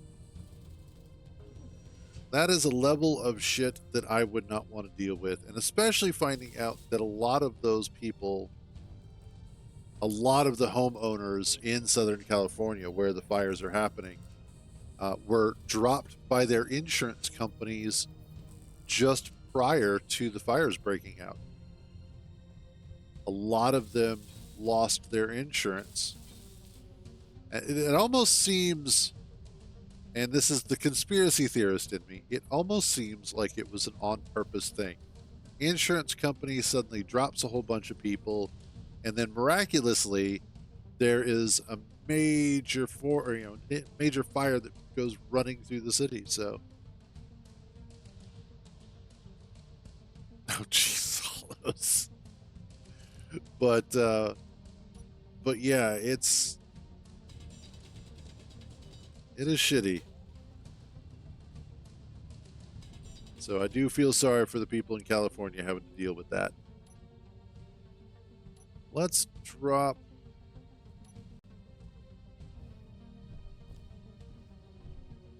Let's go ahead and drop a.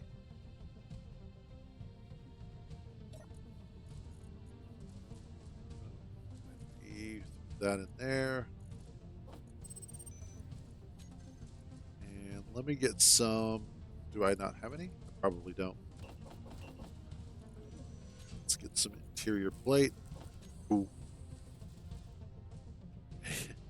And I was talking to some of the guys on one of the other Discords that I'm on. And of course, we were talking about the whole California fires. There's actually a couple of the guys there that do live in California. Fortunately, as they pointed out there in, I believe, Northern California, it's primarily Southern California that's on fire right now. But one of the things that I mentioned was the fact that we've got hell on one side of the country, and then we've got frozen on the opposite side of the country because we've got all these snowstorms coming through. And it definitely is a strange set of circumstances that are taking place, where there's just so many things going on. One of the things that was trending on Twitter when I was putting up my post was no water. So I was like, well, what the hell is that about? And apparently, again, opposite sides of the country are dealing with the same thing, sort of. Southern California's water system is set up primarily for urban fires. You know, a house catches fire, that sort of thing. And so they have specific cisterns that will fill up with water to accommodate that. But it's not set up for anything this wide scale or massive. And so one of the things that the fire department in California is having to deal with is that they're running out of water to fight the fire with. And it's making their jobs even harder. There's a lot of situations where they just run out of water and they can't stay there. Plus, I'm guessing that they've been dealing with some reservoir issues. So the reservoirs are mostly empty. And it literally is just a perfect storm of fuck-ups. Then add into that the fact that they recently, I'm guessing recently, reduced the budget for forest maintenance. So they haven't been doing any of the underbrush clearing that they should normally do that would actually help reduce the fire spread.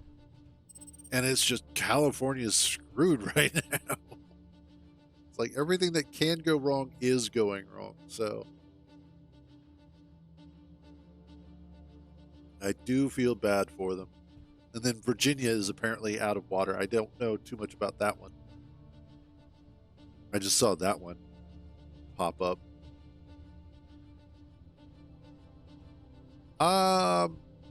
That's kind of what I do sometimes, is just know things.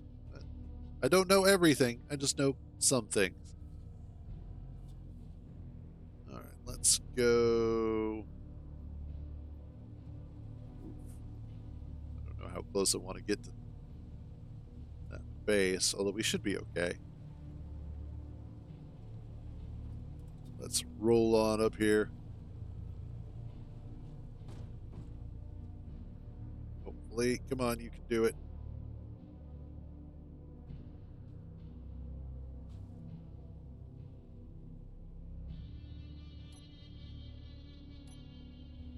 She's upstairs. I know exactly where she's at. Not in here.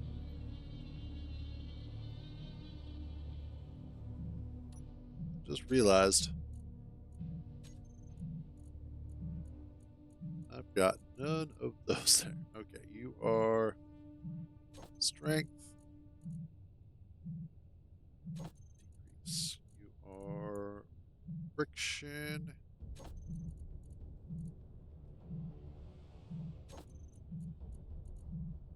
And then you are power.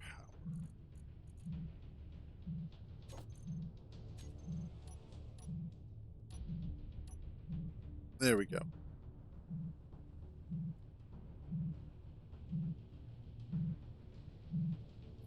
Most likely, she is upstairs harassing mom and sister.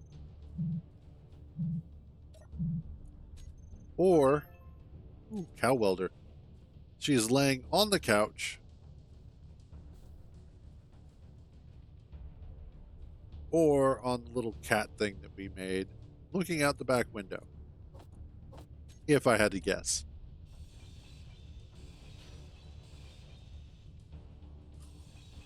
Level 3 grinder is so nice. There we go.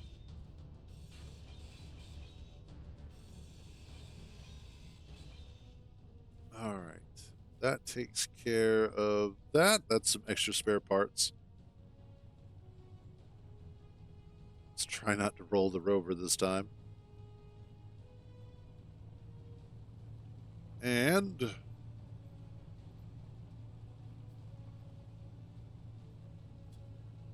oop, oop, oop, oop. There we go. Down the hill. Try not to hit the... Nope, still hit it. Well, that tree is now dead. I have murdered that tree and all of its little bushes.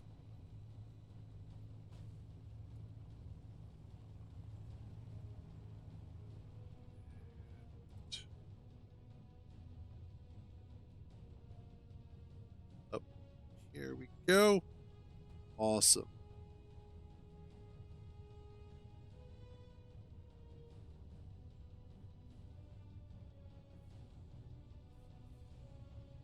There. Perfect.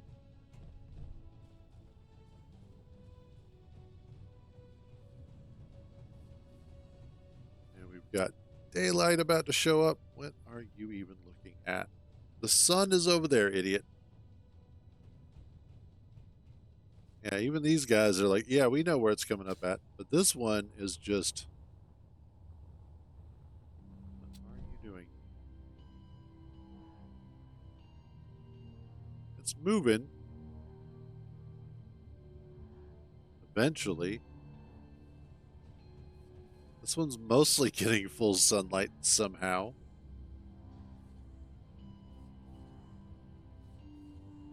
What are you even doing?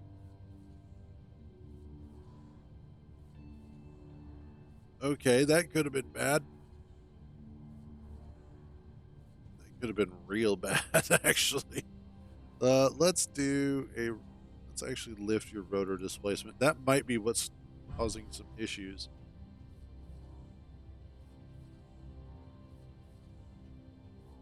Yeah, I think it was. Whatever reason, the rotor had gotten jammed up, and that'll happen sometimes. where the rotor is just like, I don't know what to do anymore. Okay, so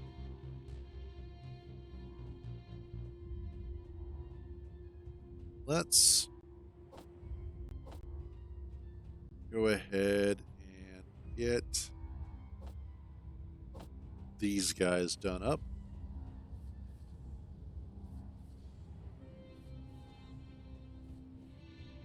And once I have these done,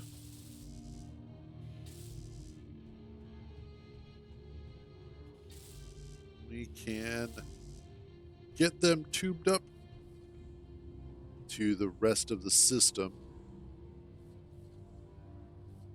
I will probably have to bring the conveying up from here. Or will I? We'll see here in a few. But I want to go ahead and get the guns on the base welded up so that way I have some protection. Ow. Snap, crackle. Oh god, my arms fell off. Oh, that's not what I wanted. And are you? You are. Awesome. So that'll take just a little bit to make the parts. There's the first one.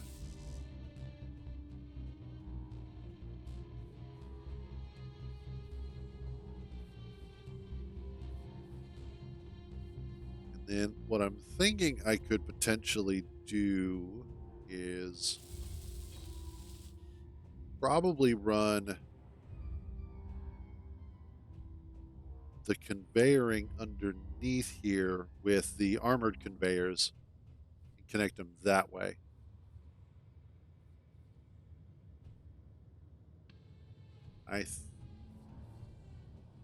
Thinking that should be fine, but we'll have to wait and see. Okay. Then I might take a quick break here to go grab something to eat because I'm getting a little bit hungry. Then again, I'm always hungry, so there's literally nothing new there. There we are. And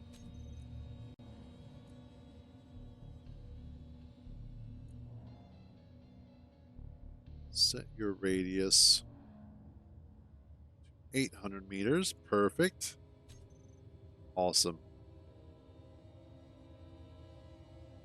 Got sunlight coming in. Where the battery's looking. Let's find out. Battery power's going up.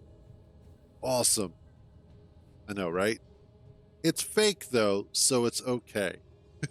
So we don't have to worry too much about it. But awesome. I'm also, I think, going to put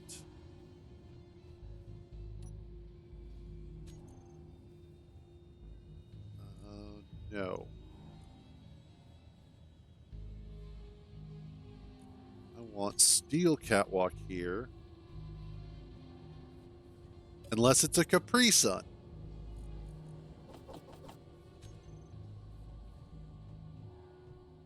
And then it's just delicious. Oh, I need interior plate. See? There's always an exception, whether you like it or not.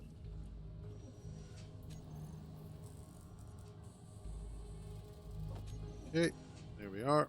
And drop those there.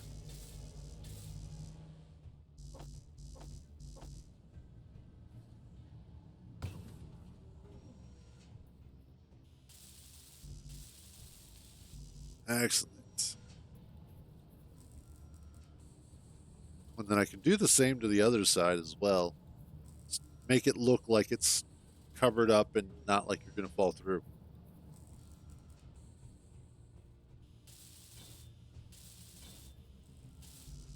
Oh no. There we go. This one, though, is going to get changed to corner. Oh, wow. It requires a little bit more. Got it. Although I don't like the fact that the diamond in the middle of it is rotated differently. That just feels wrong. Yeah, that just doesn't quite do it for me. I really don't like that. Oh well, not much that can be done about it. But there. Now it doesn't look like you're going to fall through the top of the custom turret controllers, and it does cover them up. I think what I could also do for those is I could put in some like shelves here so that it looks like I'm hiding them, that sort of thing.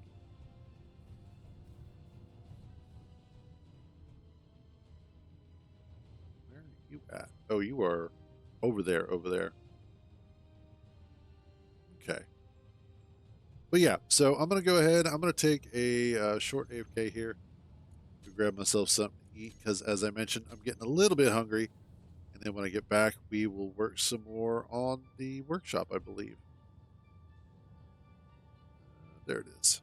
I shall be back in just a little bit so that it's easier to see. There we go. No, not a mouth orgy.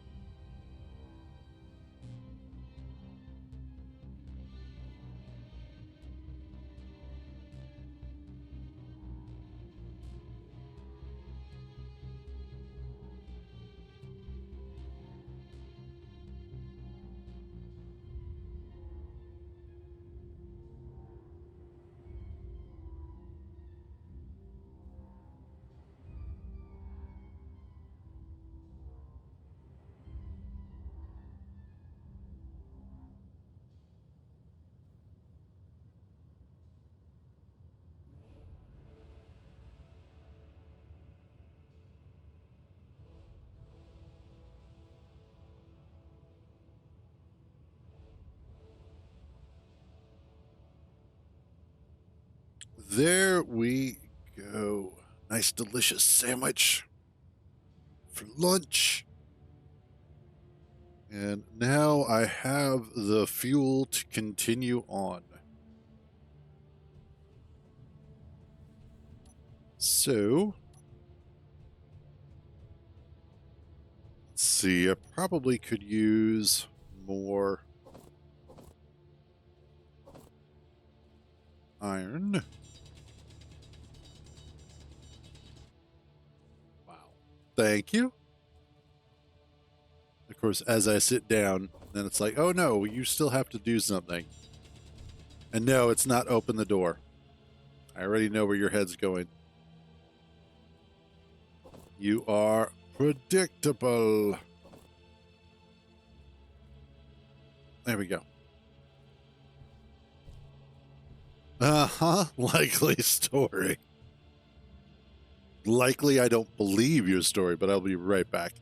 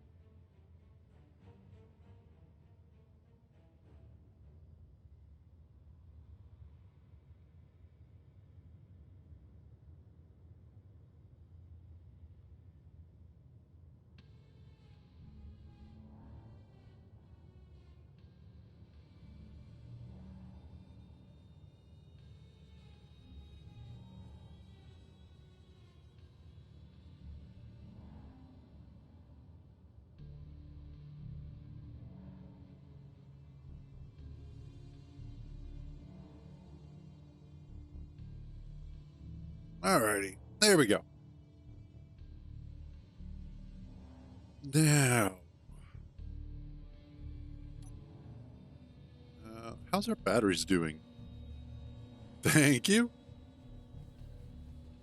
Batteries are doing much better now. Much, much better.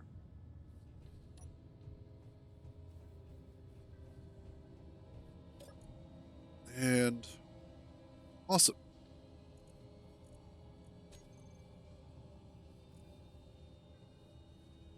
Oops.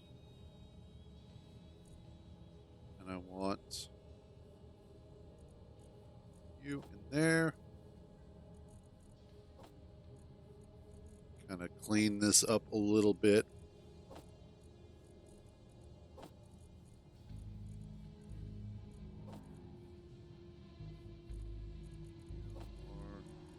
Okay, cool. So, next up, we need to do a bit more iron mining.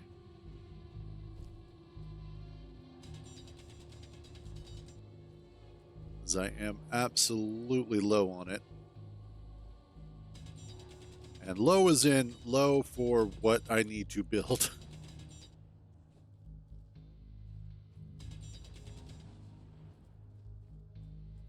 There goes that.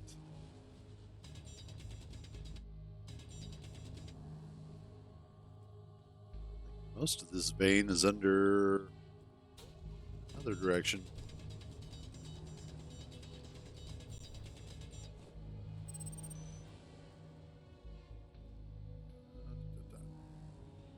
There it is. Cool. Probably picking up a lot of stone out of this, but fortunately with stone, I'm still getting useful resources out of stone, so I'm not too upset about that. It's not like, ew, somebody got some stone in my iron.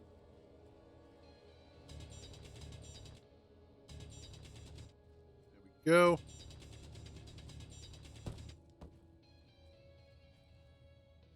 And just a little bit more and we should be good.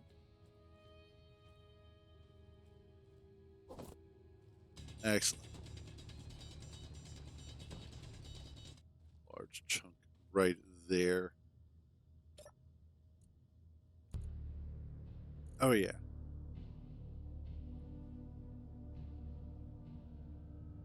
And then the opposite side of things is I need some more magnesium as well, especially as we are reaching a point where firearms are going to become more important.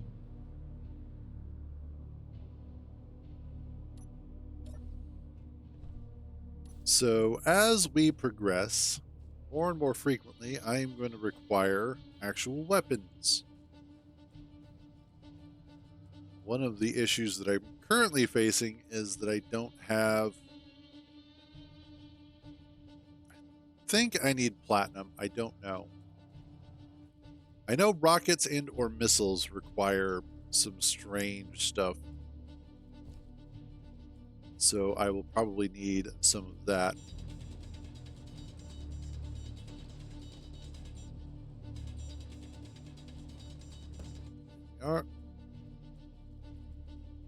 But resources for ammunition definitely going to become more and more important going forward. And also making sure that I have the ammunition built. That's going to be kind of important too.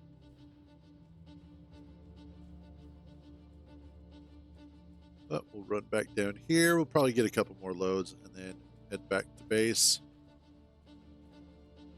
RTB, as they say, return to base. What?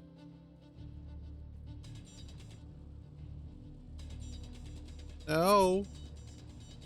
Nope. I'm talking to my cat, by the way. My door is basically just a plank of wood attached by hinges to the wall. And so I can very easily hear them when they're sitting there meowing at it.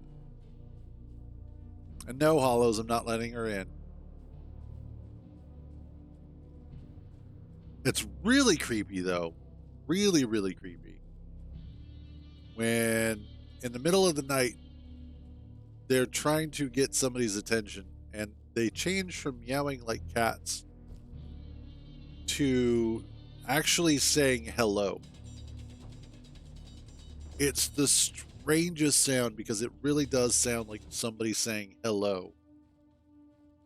And when you're dead asleep and you hear that, it really wakes you up. Because your brain is like, I don't recognize that person. What is the stranger doing in my house while I'm asleep? And then you realize, oh, it's just one of the cats. Damn cats.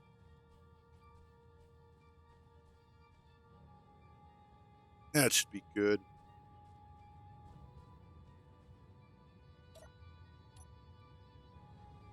And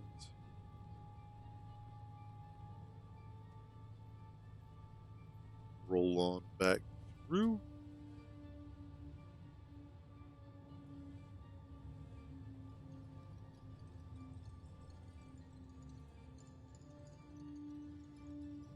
up there. Awesome.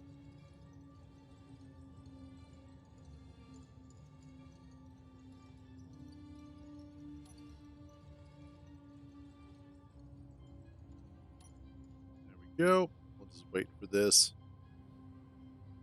Oh, I might want to.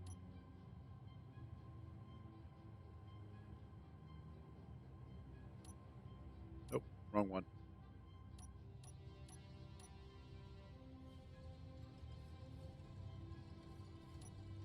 There we are. Excellent. Unfortunately, I don't think I can get that hinge. Yeah, that's as far as that hinge is going to go.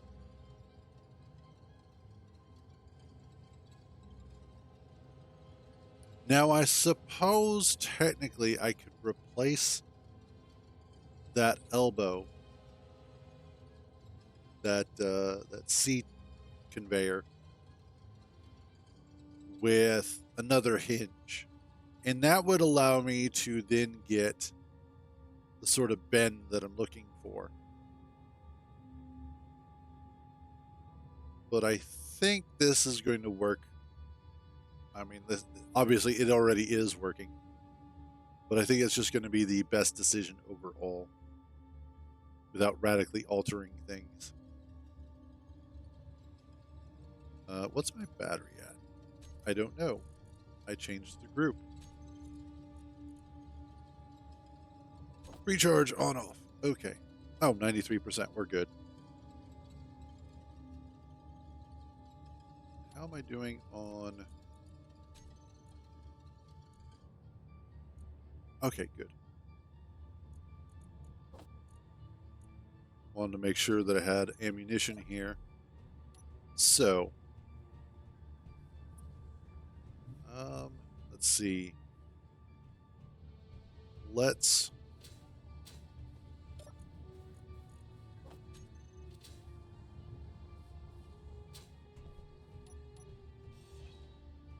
get that taken out.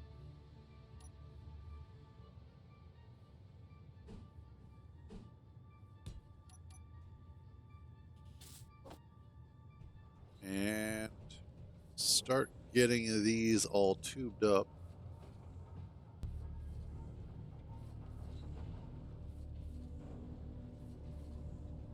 And just make sure I am capable of connecting them to the conveyor network.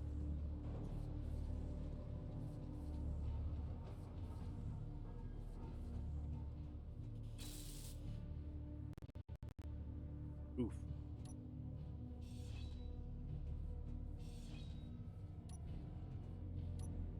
Now I need the straight pipe. Ah.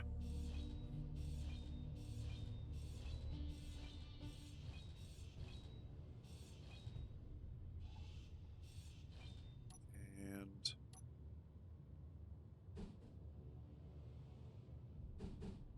there we go. We'll get this one welded up. Once it's welded up, we'll do the rest of the straight pipes. Yeah, the straight conveyors. And then I need to find a way to hook it up to the actual conveyor network. Once that's done, then I can actually start running some ammunition into them. Oh, that reminds me. Let's take a look at rockets. Okay, so rockets do require uranium and platinum. Hey, welcome back, Sectoid.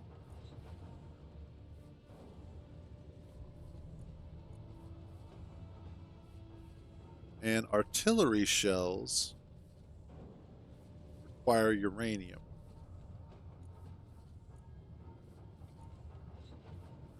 Ooh. Hooray for pizza!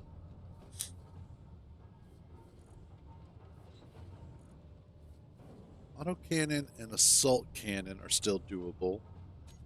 Okay. Good to know.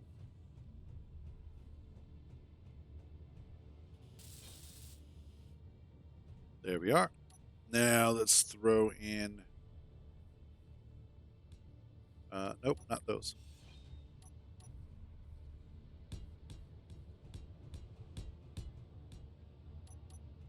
Excellent.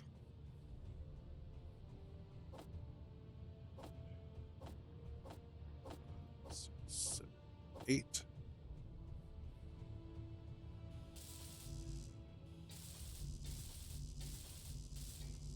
Awesome. Grab what we need to build that. And get those knocked out.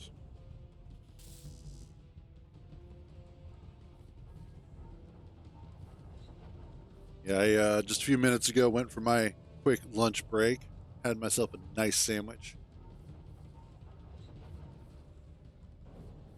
2 slabs of white bread.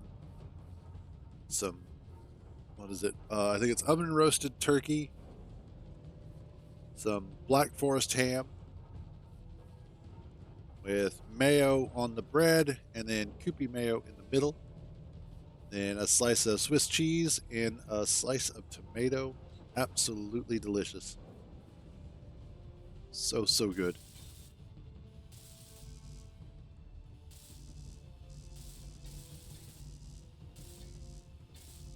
Go. And then I'm thinking yes and no. I mean, it's not one of those things like I'm addicted to mayo, but it does blend well with a lot of foods. And for certain sandwiches, it just works better than others. I like the way that it works with. I like the way that mayo works with sandwiches, and specifically, Subway actually has a really good light mayo. When I worked at Best Buy, across the parking lot was a Walmart that had Subway in it. And when I would, go on lunch break, I'd go over there and I would get a foot long, as I call it, steak and bacon.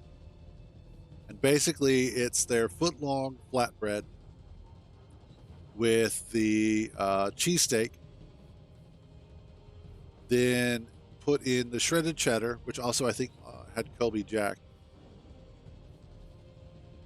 Then add salt and pepper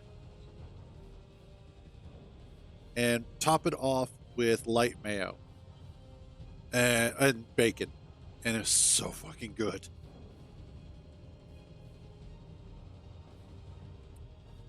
We don't have that problem.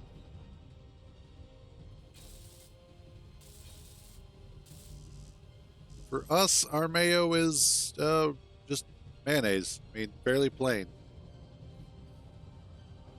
I know there is spicy mayo, but we don't generally get that.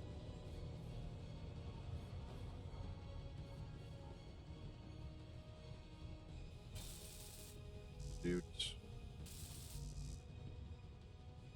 Almost. Just a little bit more.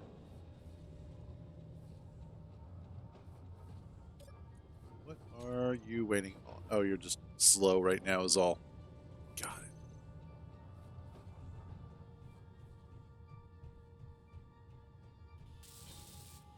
That one's done. Just one more, I think. Yep, almost there.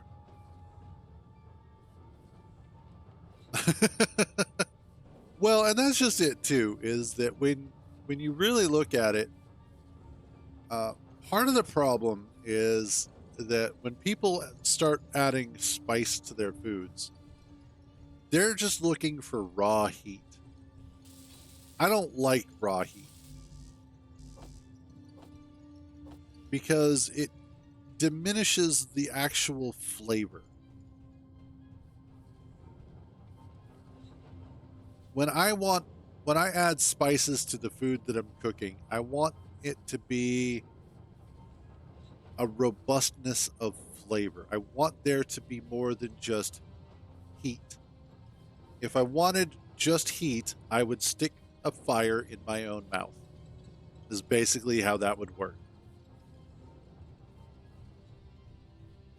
I would just be like, okay, well, we're going to go ahead and just burn the inside of my mouth. So, but for actual spices, for flavoring, I want there to be more than just that. So I don't use hot sauces. I don't use sriracha. I will use a little bit of chili powder, but more so just to add just a tiny little bit of kick to the food.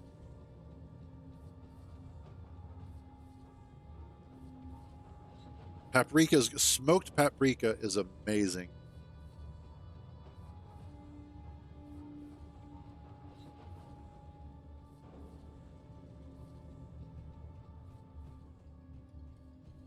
And then also we recently got some white pepper, which is pretty good stuff too. I think my mom got it for a particular recipe. There we go.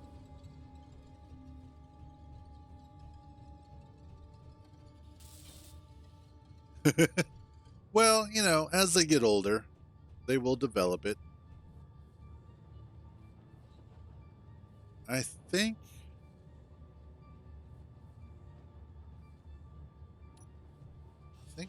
this one actually needs to be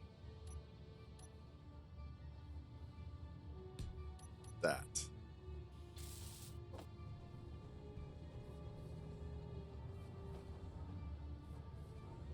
Yes. Give me a second here. Get everything. There we go. Okay, so in order to change the color of the blocks, what you want to do is first make sure you have a block in hand. That's going to be useful. Then hit P. P as in Paul. And that'll bring up your color picker. Then you can select a different color. And you can also do hex codes, or you can do the slider, HSV. And then you can also choose different skins to put on the block, which can be useful. Hey, Lennon, what's up? And we're just on a desert planet, that's all. And then while you're holding the block, if you just look at something that, say, we go with red here, while you're holding the block in hand, the blueprint block, just middle mouse click, and that will change the color of that block. I know lots of what. What do you want me to know this time?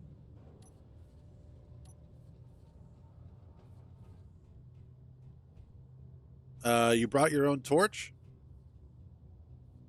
Because that's going to be important. Also, studying for the test helps.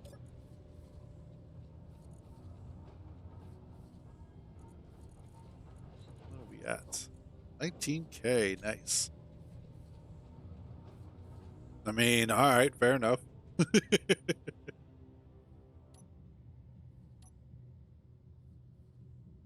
want that.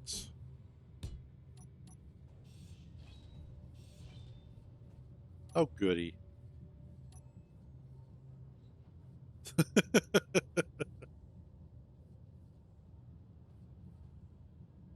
Yes. That is one of those things that they don't necessarily like teach you. But one of the other things is that I use a mod that I absolutely love, and we're all in agreement that it's probably one of the best mods ever made. But it's the paint gun mod. And all of us are like, how is this just not in the base game? It will be in Space Engineers 2, but for right now, it's not in the main mod, or it's not in the main game. But basically, it gives you a paint gun that you can very easily change the color and the texture with, and then you can spray the blocks down like it was just a regular tool. Yeah, absolutely. It just feels so perfectly vanilla, too. in the best possible way.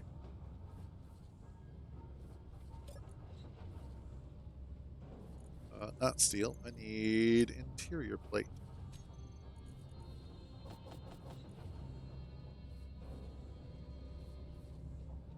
Perfect. That.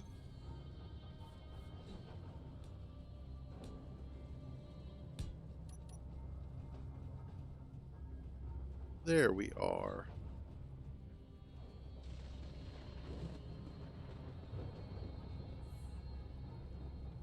Uh-oh. Sounds like there's a storm coming.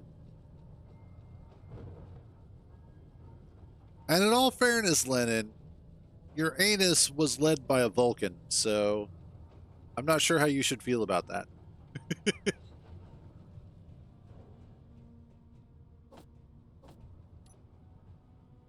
I will have to get... Oh, I can get that one there. Cool.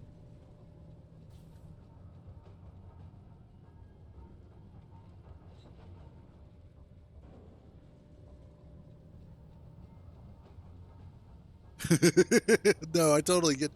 I have been using dual monitors now probably for the past, I want to say 20 years, give or take. Uh, Back even before flat screens, back when we still had CRTs. And that was the point where I realized I can't go back to a single monitor. Now I actually have 3 screens. And that was because when I started streaming, I realized very quickly that that 2 monitors just wasn't going to be enough for streaming. And especially with all of the extra menus and windows and stuff that I have to have open so that I can monitor stuff stream wise. But then after streaming, I find that it's really useful because I can have like a web browser on one screen. I can have my main game on the main monitor, and then I can have Discord on my third screen. So I'm always aware of stuff that's happening. And going back to one monitor it would be like going just to one limb. You know, you just can't do it. I mean, you can, but you don't want to. Fair enough. Fair enough. Got to have your priorities there. That's one thing that I haven't really had. Like the last console that we got was an old Xbox 360. And that one actually was a really good one because that kind of became our Netflix machine for a long time. Until we just stopped using the living room and the living room TV. So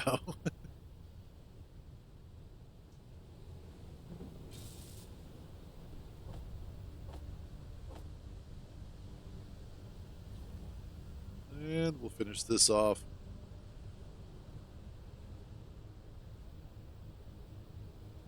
Good news is extra power for the wind turbine.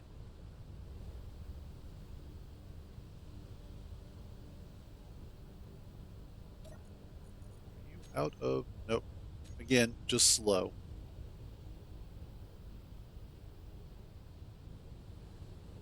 Fair point. And that's one thing about Eve. Like, Eve was just one of those games that you could play just one account. But one account, just like monitors, one account is just not enough. You have to have more. That reminds me of one of the guys that was in my corporation. I think at one time he had like 20 something accounts that he was running. Happiest Russian that we had ever known. Just absolute sweetheart of a guy. And just ran so many accounts. There we go. You guys now have ammo. And that's pretty cool. But you have ammo. Awesome.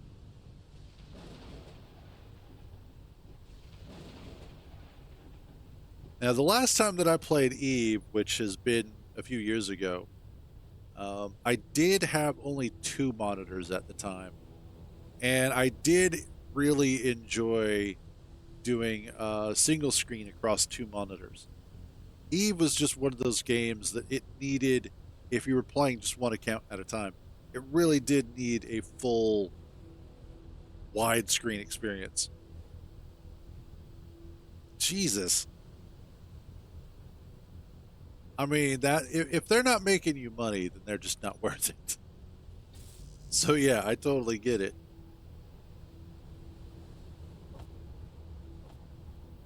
I don't even remember how much Sasha was making.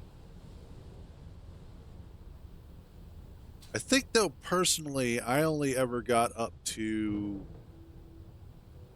I think I had gotten up to 1 billion.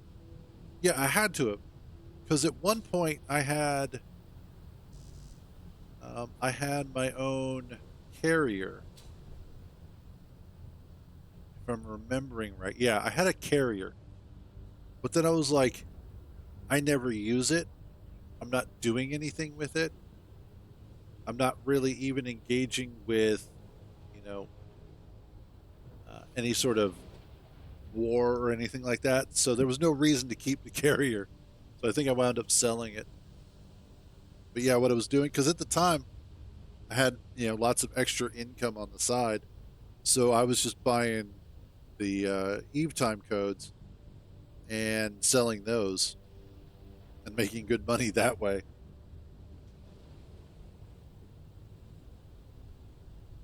I do miss playing Eve though. One of my favorite experiences, because that was also during a time in my life where I was young and I was stupid and I was getting to hang out with cool people from all over and we were getting into trouble, and it was also the frontier days still of Eve, because that was when nullsec was first starting to really get settled. First with the stations that were out there, and then with the player-owned stations around moons.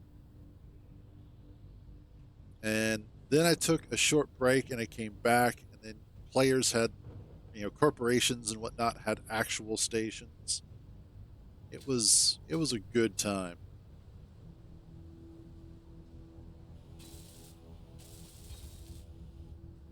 Nice. Yeah, I had a whole bunch of, like battleships and um, battle cruisers and stuff like that. I don't even remember the full list of the ships that I had. It was crazy. Fair, fair, yeah.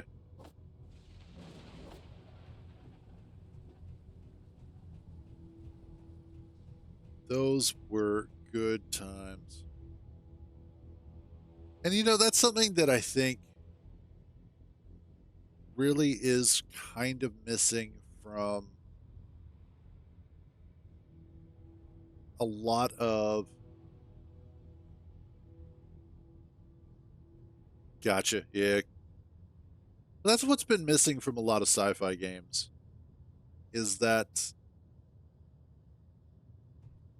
I don't know, maybe it's just me missing it in video games.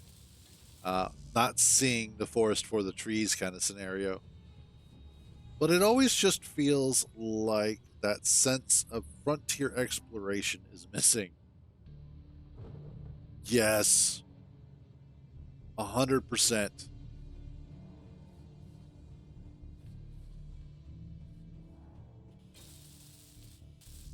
Like, one of the things that I've been really, really wanting,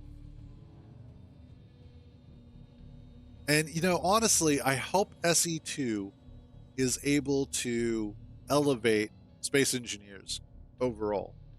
I really, really hope it's able to put the game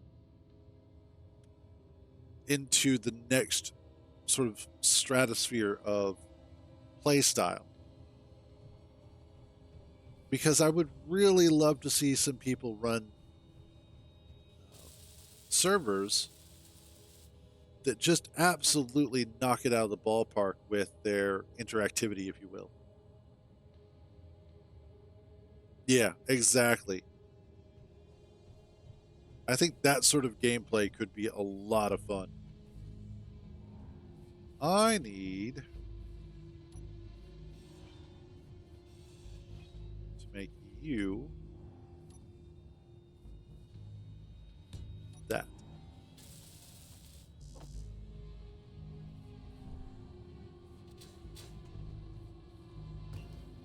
And then I should be able to then run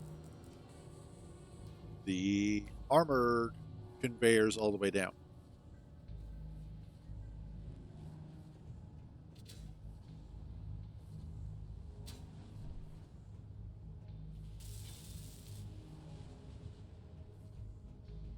Go.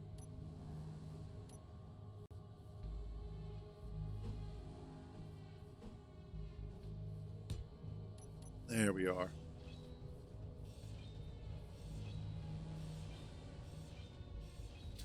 Just run this down to here.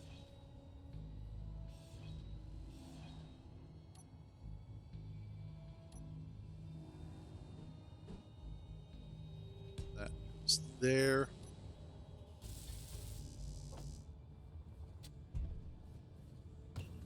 And then once I get that one welded up, I'll run the others. Then we can start welding them up. And then that should be all 3 of my current turrets done, which will be yay. So how am I doing on... Okay, I'm good still.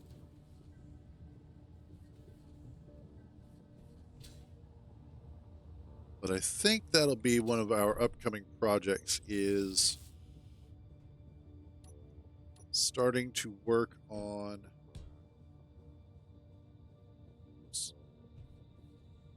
Uh-oh. Danger, Will Robinson. But I think one of the next big projects to work on is going to be our mining rover. And I'm not sure if I want it to be a standalone mining rover or if I want it to be a trailer for the Red Rover.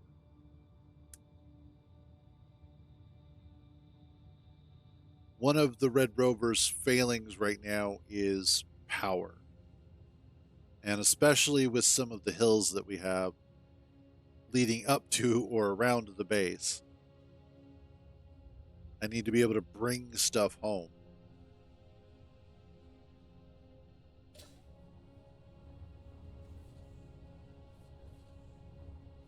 So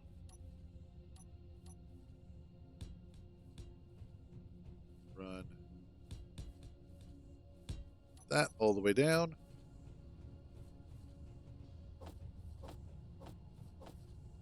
6, 7, 8. Get all that stuff building. Now, I don't know how effective these 3 poor little Gatling turrets are going to be against anything that comes along, as obviously most of this building is still just scaffolding. But the nice thing is that at least it's something. That's the important part.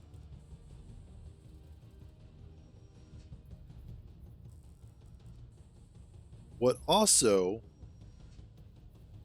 will be good is maybe adding some interior turrets once I get more of a roof put on. And then I can see about maybe enabling the robot raider pods.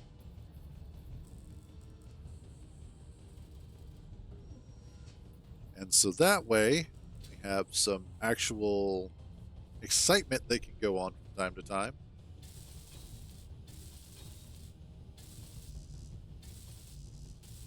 Let's get these done.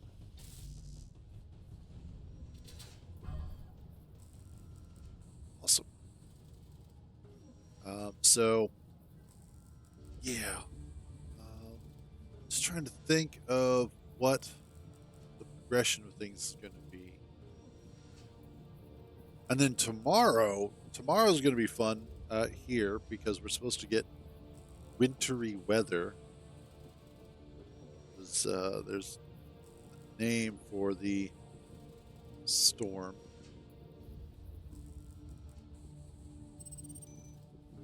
But yeah, it looks like we're going to be getting snow or ice, or both. Should be fun. And unfortunately, I live in one of those states that panics every time there's a winter storm. So that's going to be equally entertaining.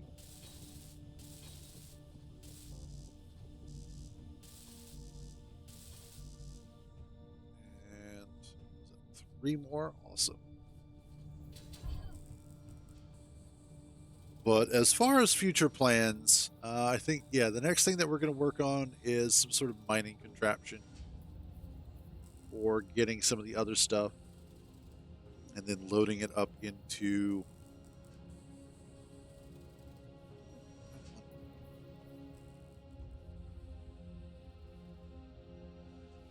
so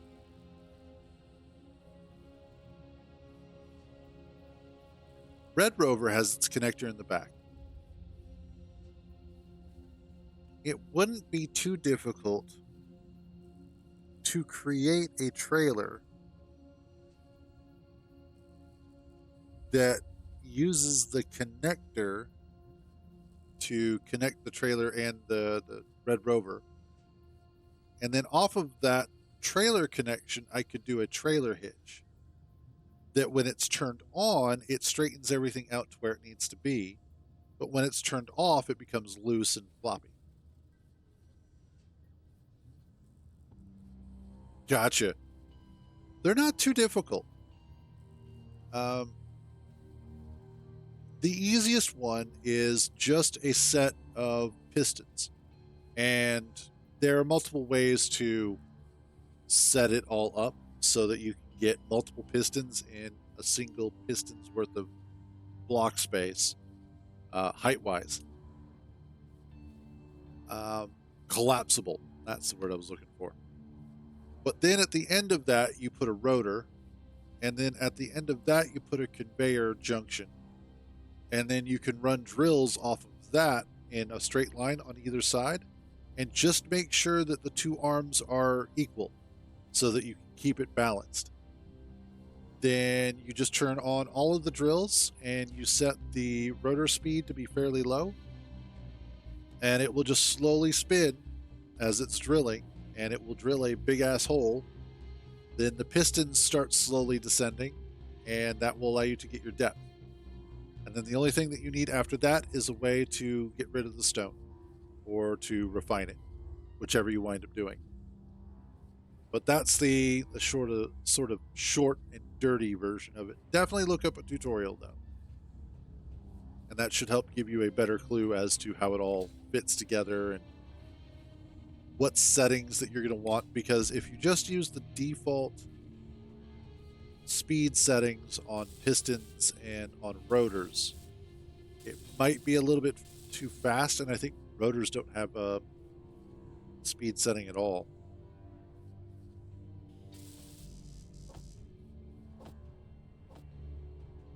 So that's just one of those that you'll want to get the correct settings. Okay, and in this last one, we will go ahead and knock out, and we will have what we need for our conveyor network. That will be all 3 of our turrets connected and ammoed. Yeah, there you go.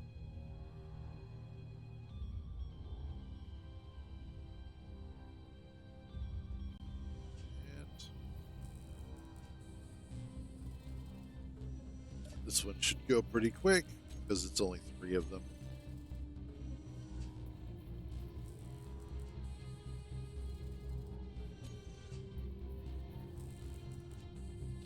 This has been nice though, playing on Pertum.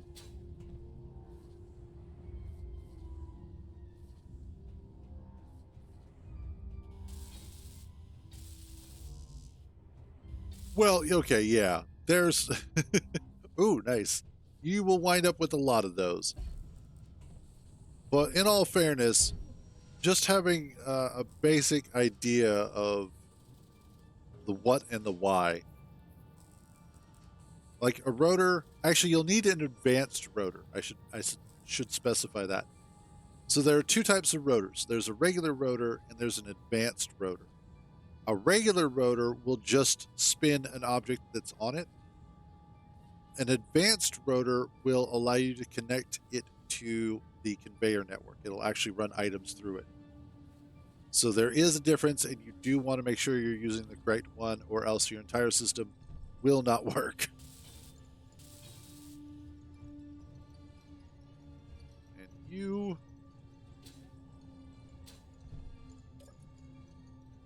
have no ammo, but that's because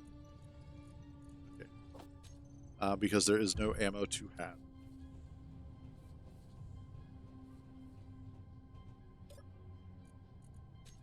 Production, ammunition. How much magnesium powder do I have? Oh, good. I have enough.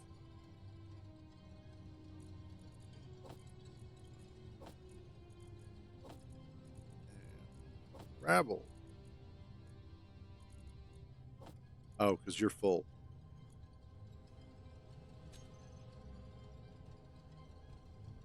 All right. But there we are. Now I've got some ammunition. I have a ladder that goes up to the top.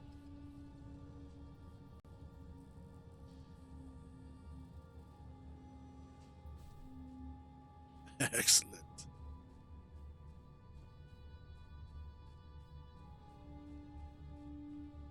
Yeah, the junkyard is coming along quite nicely.